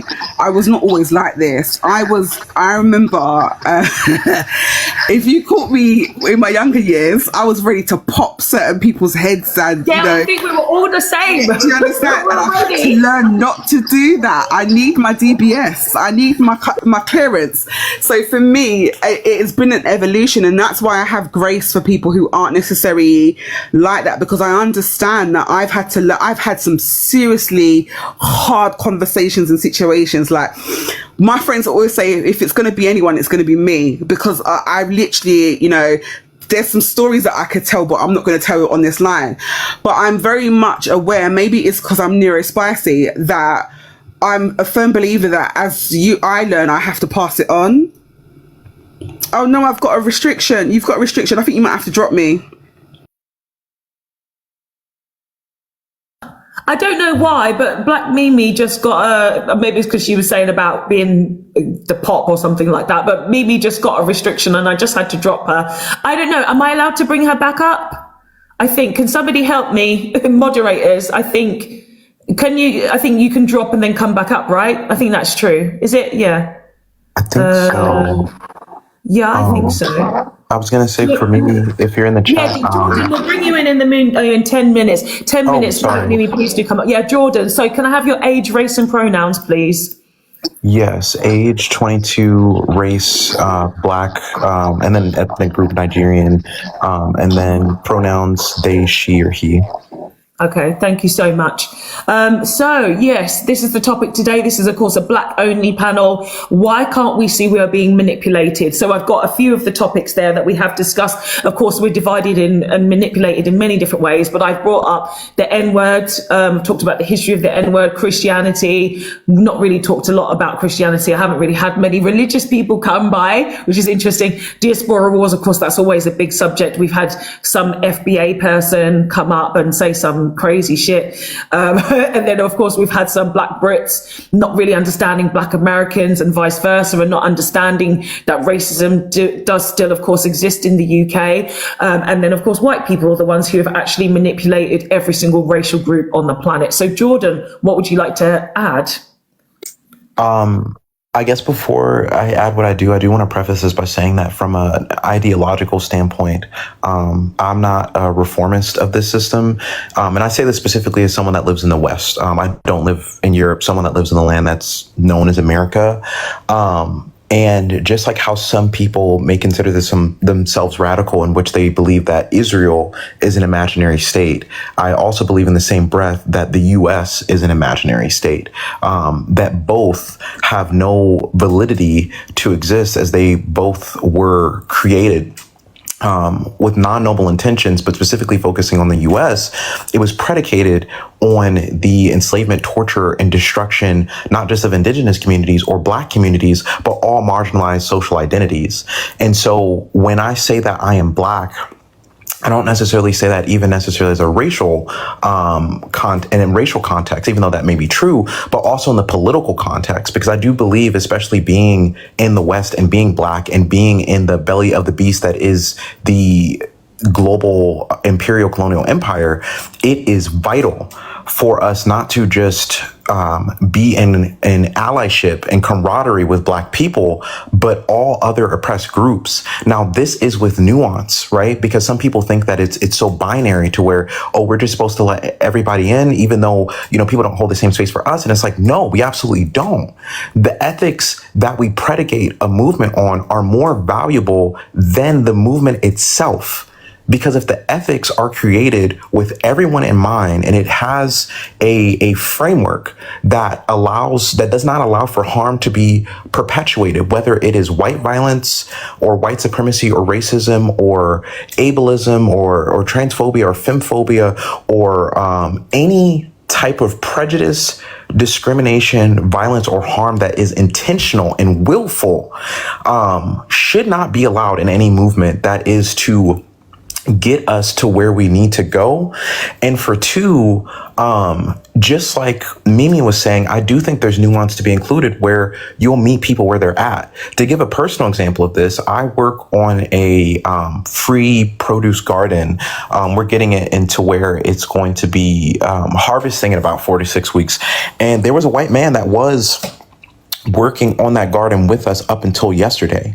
The reason why he is no longer allowed back on this farm that is going to feed the community is because of the fact that he believed that Black people can be racist towards white people. Not only did he believe this belief, but he also was so entrenched into this ideology that he refused to not only listen to a Black queer person such as myself, but also not even listen to a Black queer lesbian woman try to explain this. The farmer try to explain this to him. And I don't tolerate disrespect of myself, but I especially don't tolerate disrespect of my Black women, cis or trans, because at the end of the day, when we look at the harm, the systemic harm that we face domestically and internationally as people, the women and the Black women always will receive the most harm internationally. At the intersection of race, gender, and class, it is vital that any movement you have, make sure that you are championing the most marginalized. Something that people don't understand is that children are the most oppressed group. You add any other social identity, whether that be marginalized or not, children are the most oppressed group. So kind of like Mimi was saying, and I appreciated what she was saying about the different youth groups and things like that that should be created and should be giving the children of tomorrow the education, the radical education that they need. And not even just education, because I'm from DC. Marion Barry, he had his drug problems when he was in office, but he created the Summer Youth Employment Program where you have less Black youth, being out here in the streets. Because when you have nothing to do, you're going to get into some trouble. That's just how it goes. And then you also add the mass socialization that we've been ascribed over generations of conditioning as Black people. And you have a recipe for disaster when we don't have anything to do and we're all poor, So I absolutely am not a reformist. I think that there is the only value that there is in the third party is when we look at local government, specifically talking about American politics, that, hypothetically, we can align the government with the people's needs. But in my view, in my belief of localities, nation states, countries, if the government's views and agenda were aligned with the people's, then there would be no government in the first place, if that makes sense, in the sense that we would be self-governing. And self-governance has been a thing before nation states were created. So when we think about these things like the No Kings protest, when we think about these reformists and these people that are like, vote blue or vote green. My vote is for the people, because the power was always for the people. And that's one thing that, in the Black Panther Party could have all of its errors, but that's the one thing that they 100% got right. The power has always been for the people. And that's right. There's a problem, right, with terms. So they, of course, these cultures, Western European white cultures, has pushed the term democracy, right? They tried to make us think that it was equal shares in our voices and our opinions, not realizing that the term democracy was literally kind of changed to mean, in the Western world, actually it's a dictatorship. But because we're white, we can get away with calling it a democracy, and we'll give you the ability to vote. Like, that's literally as far as it goes in terms of a democratic society. Yeah, carry on, Jordan. no, you're absolutely right. I 100% agree with you, because when we look at the origins of philosophy, we look at the origins of politics, arithmetic, science, it is all African centered. And I don't say African to necessarily point at one country or another, because I don't believe in countries. I don't believe in these lines that divide this land. When some of us on this panel have flown, we see that there are no lines dividing this land. None. There's none whatsoever. And to your point with the democracy, it's so malicious, where these white people and these white elites, most specifically, will weaponize the term democracy and use it to where it's convenient to them. Even when we look at the foundation of this country in America, it is predicated on a loosely followed Judeo-Christian ideology. There is a technical separation of church and state, but they use the Bible when it's convenient, especially when they're weaponizing their voter base to vote for their interests, most specifically the Republican Party. It's like, oh, they're a God-fearing Christian, where half of us can't even fucking read. Excuse my language. I forgot. I don't know if I'm going to get taken down. Can't even read. So it's like, you can't even quote the Bible. You don't even know what it's like. And then the politicians you're voting for don't even read it. They eat children. Like, so when we think about a movement that will get us past this, one of the first steps is that we create systems that are abject from the system that we are living in, which is why I am so devoted to agriculture, and why I'm under the mentorship of a Black woman farmer who's been farming for about 20 years, because when we have a revolution, what are we going to eat after that? We're not going to be importing our stuff from Spain, importing our stuff from Italy, importing our stuff from Morocco and these other countries in lands that are being exploited for their resources. We're not going to be doing that, because it was never sustainable in the first place. We were always supposed to have locally grown things because of the fact that we are connected to nature. When we look at white supremacy, or as I call it, intersectional systemic evil, because it is evil and it's intersectional and it's systemic. And when we look at the origin of it, they had a dual dehumanization of self first and us right after that. But it is an inherently dehumanizing ideology that requires a separation from nature. Even when we look at the origins of patriarchal societies as they have functioned sociologically around the world, because they're, pre-colonial, there were matriarchies and patriarchies in patrilineal societies. There were mixtures. I'm not going to necessarily say those things were perfect, but we saw that there were different hierarchies in society that were patriarchal or matriarchal. Now, granted, you have some classism that comes with that to an extent. And when we're looking at a solution from that, and we use the term matriarchy, we want to be very careful on what we're basing that off of. Because the only thing that I see value in past this is something that's decentralized, where instead of assigning powers, we assign functions. Because the concept, the definition of power, just like democracy, has been changed. The definition of democracy in the West is, we make these laws, we change them when they feel convenient to us, we make the most money, profit at the end of the day, kill millions of people through systems and lack of care. But when we look at the term of power, the first thing that comes to mind to people is stockpiling arms, these countries that have these nuclear weapons, these militaries. But power is collectivized, universal collectivism. It's community. Community is our power, and it always has been. These weapons, these machines that can tear flesh apart, that can subjugate other human beings, that could dominate other human beings. There's nothing powerful in that.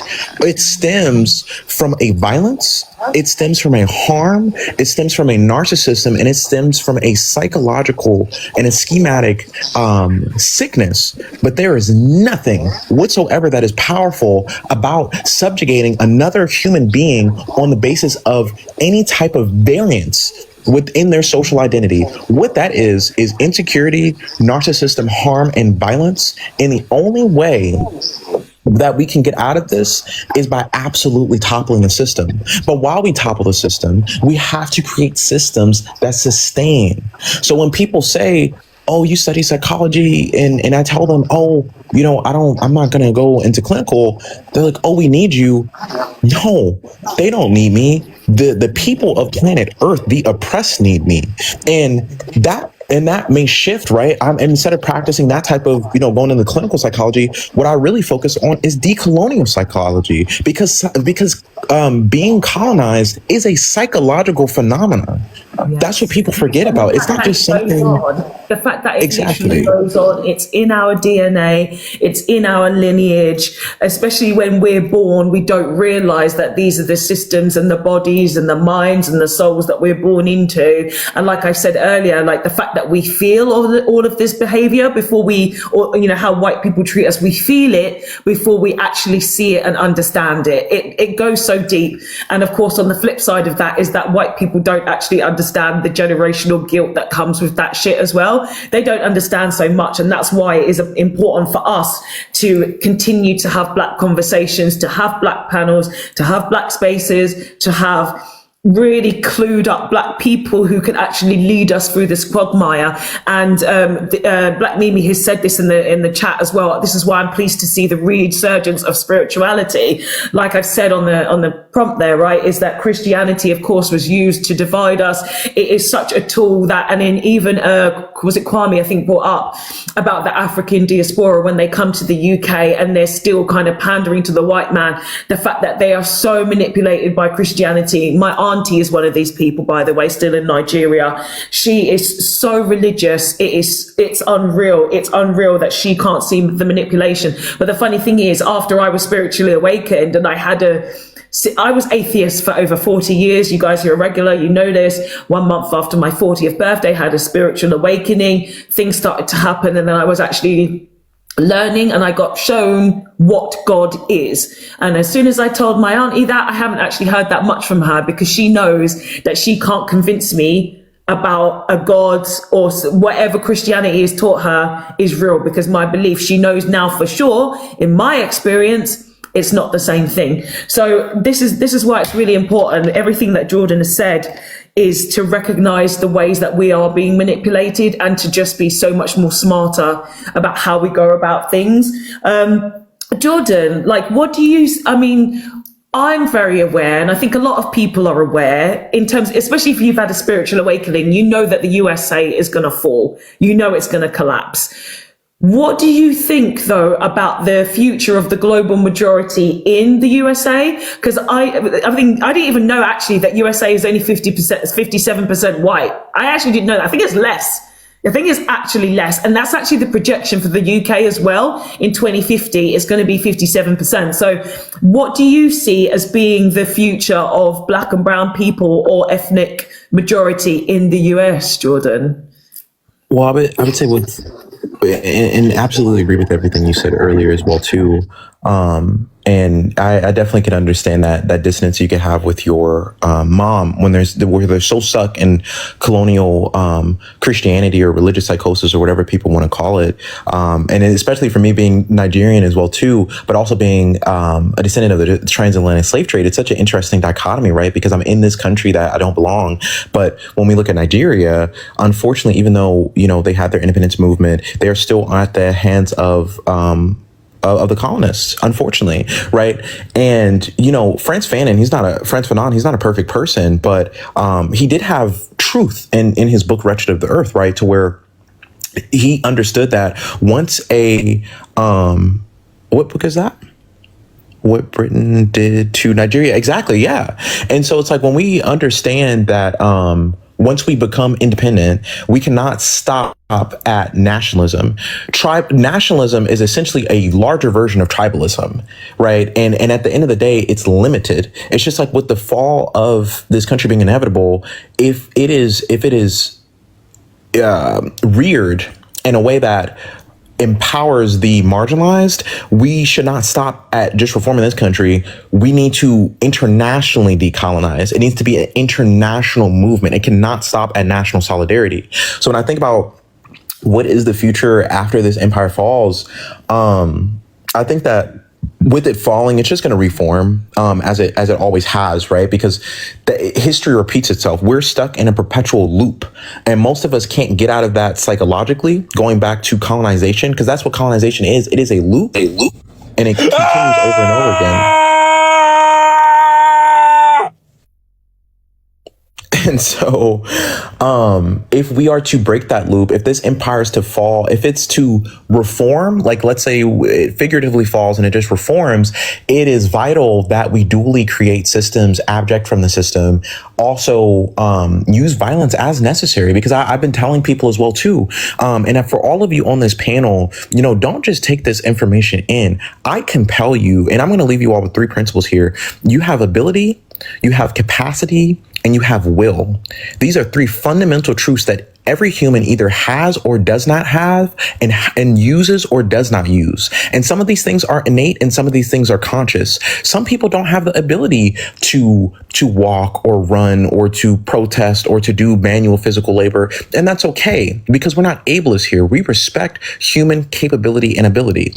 If you have the capacity is partially innate, but it's also something in some instances that can grow. Sometimes you don't have the capacity to go to a protest, but maybe after a couple months or a year of self-discovery, you do have that capacity. And you have the last thing, will, which is a conscious choice. Now, let's put these all in political context, and let's say you love others or you care for others.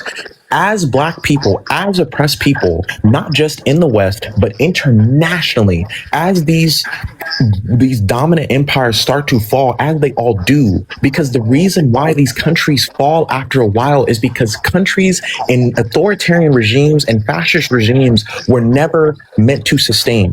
Capitalism was never meant to sustain itself. It is a insatiable, infinite pool of consumption. Once these things fall, it is vital for us to understand what our ability is, what we're able to do, or the lack thereof, what our capacity is, and what we are willing to do. And if you on this panel say that you love or care about Black people, and you have the ability, the capacity to change the lives of yourself or other Black people in your area, but you are not willing, you do not love or care about Black people like you say you do. Because saying that you love or care about someone is different from actually loving or caring about someone. Just like how they distorted democracy and power, they have distorted love. Because love is an action. That is one thing Bell Hooks was ahead of her time in. I want to pick up on what you said, because it reminded me also what Black Mimi was saying earlier about the ways that you can actually support Black people and actually just generally in your activism. I'm going to say activism in quote unquote, because I think even these days people don't realize the forms of activism, because some people think, and I even thought this, that activism meant that you were going out on protests all the time and you were holding a placard. And someone called me an activist many years ago, and I was like, but I don't do those things. How did you see me as an activist? And it's exactly like Jordan has said, exactly like Black Mimi has said, it's like, if you have a voice, fucking use it.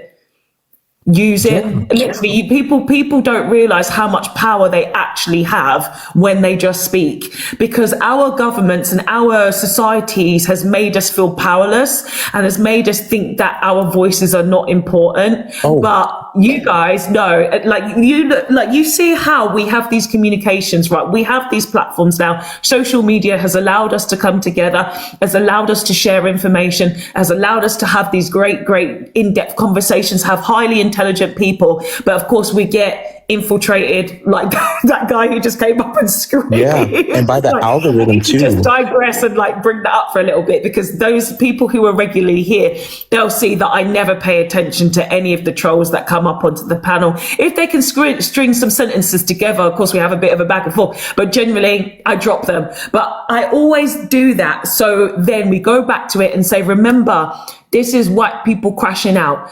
Everything that we say here is always shown in their behavior. We are 100% right in our thoughts, in our feelings, and what we see as white people in the Great Replacement Theory literally plays out. Every single time I do a TikTok live, there's always some crazy white person who just comes with some kind of, and I've never had someone just come up and scream before. Like, really, that is, imagine that, right? In your mentality, that you couldn't even spring some words together.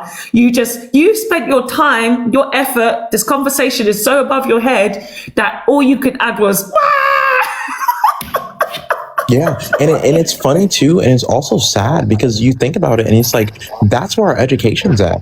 You know, we're fighting anti-intellectualism actively, and I'll talk on, you know, what we can do in terms of activism as well too, because that's a very important thing. That's the most important thing, actually. I'm just going to bring in Mossy as well, though, because Mossy has been waiting, and we are Yes. going to wrap it up as well. So if you just hold that thought, Jordan, because I'd love to hear your thoughts on activism and actually saying that. But Mossy, we're going to bring you in now. How are you, Mossy?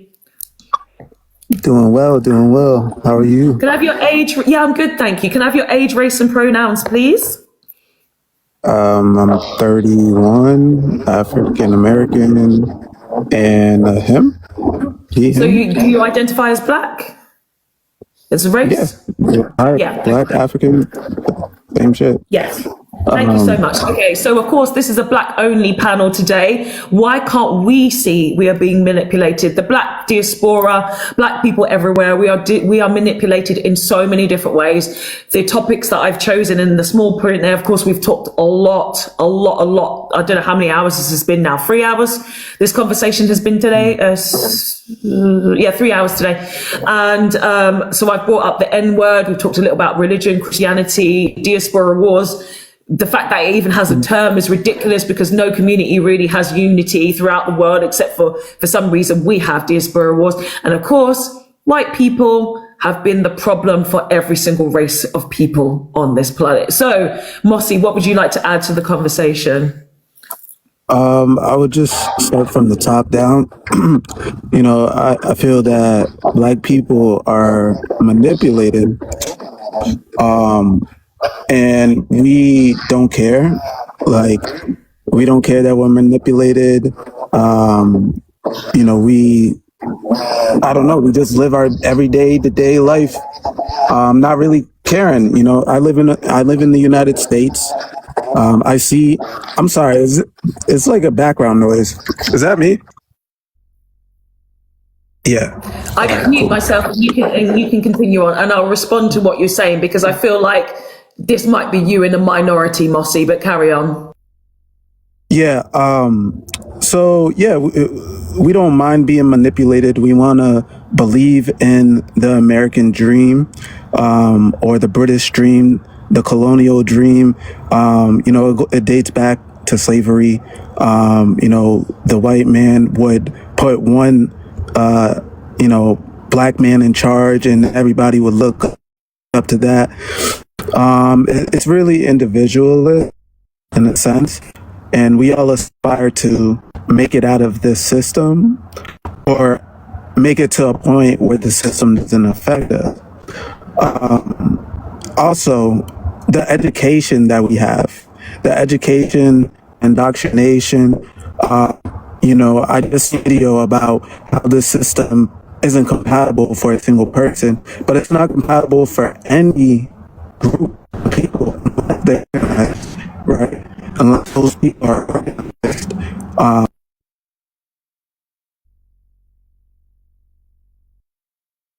I'm sorry, I've just muted you for a minute, Mossy, because your microphone is cutting out and we can't hear you. Your signal is really bad. So if you can move to a better signal area, then we can actually hear what you have to say, because it's like every other word. But I just want to bring up, like you said, that we are I think, I don't want to misquote you, but did you say you're happy to be manipulated? Let me talk about what it's like seeing African Americans and Black Americans from the diaspora and seeing you guys from outside of America. You guys are freaking fighters. Literally, when we see Black activism or African American activism in the United States, it is on the hugest scale that the planet will see, except for, of course, going to Africa itself and the motherland. I've never seen African Americans or Black Americans as conformist or weak people. Never. Never in my life have I ever seen it, and never is it something that I've even seen now. I see a very small, like, I can't even tell you, I could probably count on one hand. And we've, of course, had like maybe one or two this evening that have come and said that they kind of like have some proximity to whiteness. But even so, in some of we've had a Black British man, he was still kind of trying to be pro-Black, you know? So I don't see what you see, Mossy. I got to say, I don't see what you see. And then also we talked about the BAFTAs earlier, and I saw this, and I've said this, and we talked about this, how when that shit happened at the BAFTAs, where the guy with the Tourette's called two Black men on stage the N-word, Black Americans and African Americans immediately outraged. They said, boycott, we're not doing this shit. This is why we have our own spaces. But in Black Britain, people were defending it, saying, oh, he's got Tourette's, he can't help it, and blah, blah, blah, blah, blah. You know, that's what it was like actually in the UK. And then the Black Americans and African Americans are looking at British being like, well, this is why we don't fuck with y'all, because you lot don't fight racism in the way that we should. And we talked about this earlier, where it seems that very much in the UK, there is so much little energy towards fighting actual racism and actually taking a stand. Because even when you look at, of course, the Black Lives Matter movement, it came from the US, right? A lot of the activism nowadays, I have to say nowadays, not historically, nowadays just still seem to be American led. And I would love to see this new energy, this new surgence, this new understanding that does translate better online.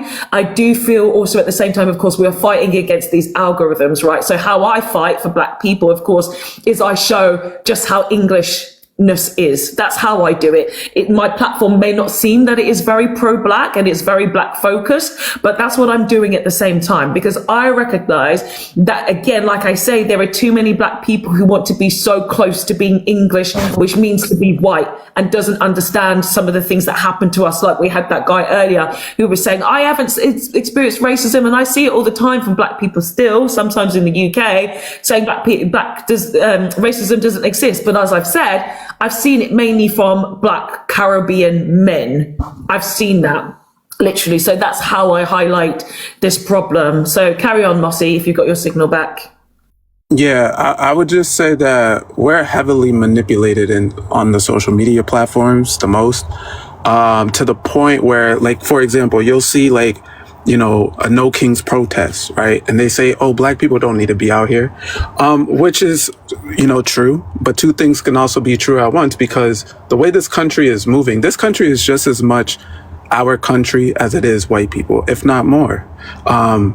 So in order to topple a system, you have to be against it all the way, physically, spiritually, financially, all areas of life. And you know, Malcolm X, Martin Luther King, you know, Marcus Garvey, they all paved the way on how we should do it. They wrote books on how we should do it. And it's not to sit out this one. Like, what's the point of sitting out? There's no momentum in sitting. You need to figure out a strategy. Why sit and do nothing when you can, you know, sit and think about a plan?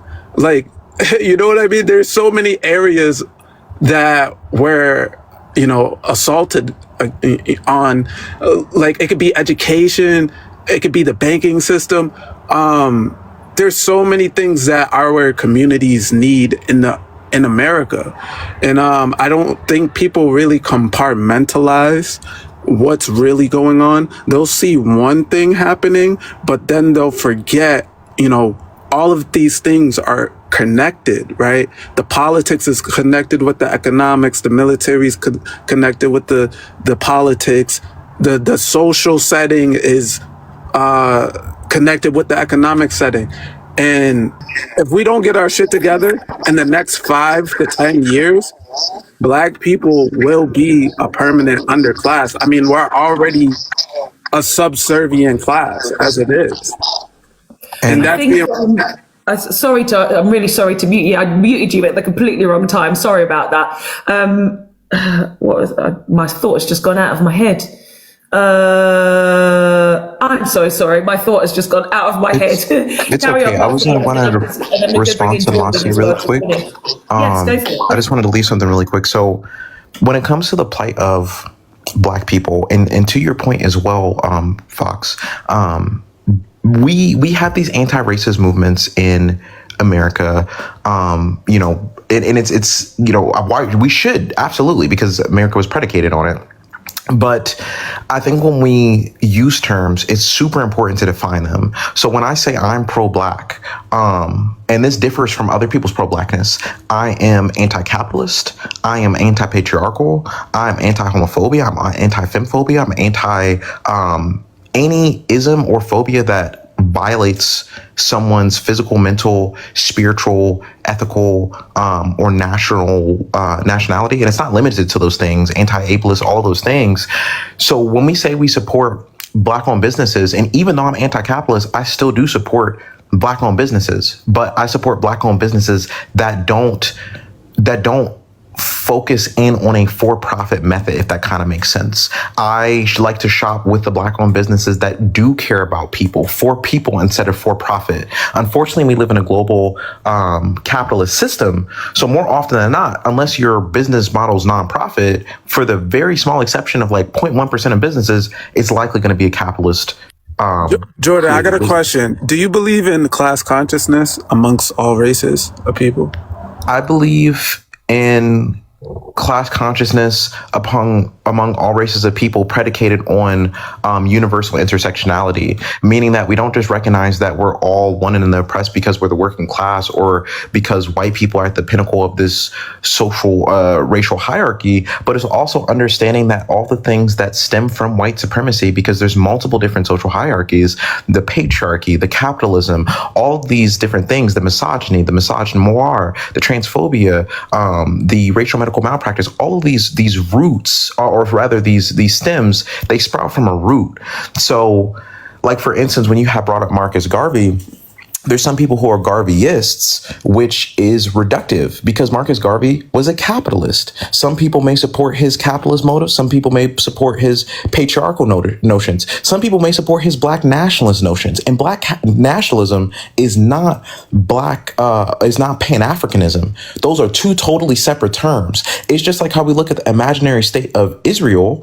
If white people were to create an all-white nation, that would not be good. Just like I wouldn't support an all-Black nation or an all-Asian nation because it's exclusionary, right? Just how the Israel political framework is a theocratic fascist regime that only allows Jewish people to reign supreme. So when we look at when we think about consciousness, I'm very careful again on defining these words. I'm not ever saying I'm pro-Black arbitrarily, or if someone tells me they're pro-Black, I ask them, what does your pro-Black mean? What is that predicated on? Does that exclude queer people? Does that exclude trans people? Does that exclude full abolitionist, decolonialist lens instead of the reformist ones, right? So, be mindful of words. So before you even talk about Garvey, right? I've read his books. The biography of Colin Grant. Sorry to interrupt. Because I am going to wrap up the live because her energy has depleted. Can you just bring your last thing up about Marcus Garvey, and then I will say my goodbyes to everybody and thank you guys in the panel. So Mossy, you want to finish up? I just want to recommend, if anybody subscribes to the ideology of Pan-Africanism and they want to know more about what Marcus Garvey actually stood for, read Philosophy and Opinions, The Negro with the Hat, and Garveyism. Yes, he did subscribed to capitalism to a certain extent, but he also mentioned that it should be limited, right? No one man should be able to make an exorbitant amount of money, right? There was a social aspect to his capitalism, and he actually pioneered with the Black Star Line, a shipping company that went from the Caribbean to Africa to Canada, and so on and so forth. So there's some pragmatism to his ideology.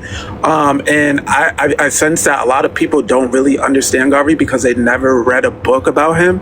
And also Malcolm X, who we all are inspired by, his father was a Pan-Africanist. And after he developed from, the Nation of Islam, his views were more Pan-Africanist, as well as Black nationalists. So Pan-Africanism is essentially the umbrella that Black nationalism is under.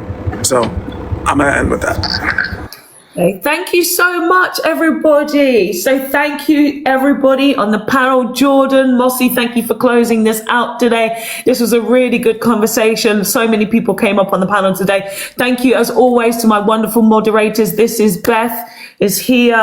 Hermit Sapien was here. CHB18, I did see pop in. Anti-Racist Mum, I don't know if she was here. I did see her name pop up. Paulie as well was here. Thank you so much for moderating. I did see Kruger for like a little bit, then she disappeared. Thank you so much for everything that you said as well, Black Mimi. Like, you said so many amazing things. As I said, please run a live. I'm following you back. You better be speaking on here. You better. Otherwise, I'll come find you. I will come and find you. And Rasta Pinky, I'm so sorry. I don't think I've actually given you moderator permissions yet. So Rasta Pinky is also a moderator now. So thank you so much, Rasta Pinky. I need to actually put you on the thingy. So thank you so much, everybody. See, my energy is so spent. I am absolutely spent. It's been a while since I've done like a 3-hour live. But the funny thing is, when I actually do Black panels, they do seem to go on a lot longer. There's so many things that we need to unpack. So yeah, generally after these ones, I do take a long time off, maybe like a week before I actually come back again. But thank you so much. This really was a great conversation. So let me see if I can summarize it. Generally the panels that I've been to about the N-word, I have definitely seen it is more people against using it than for. This is what makes me feel like it is definitely a manipulation by the governments and by white media to make us think that word is more in the mainstream, like I say. So white people are starting to use that word again to continue to oppress us.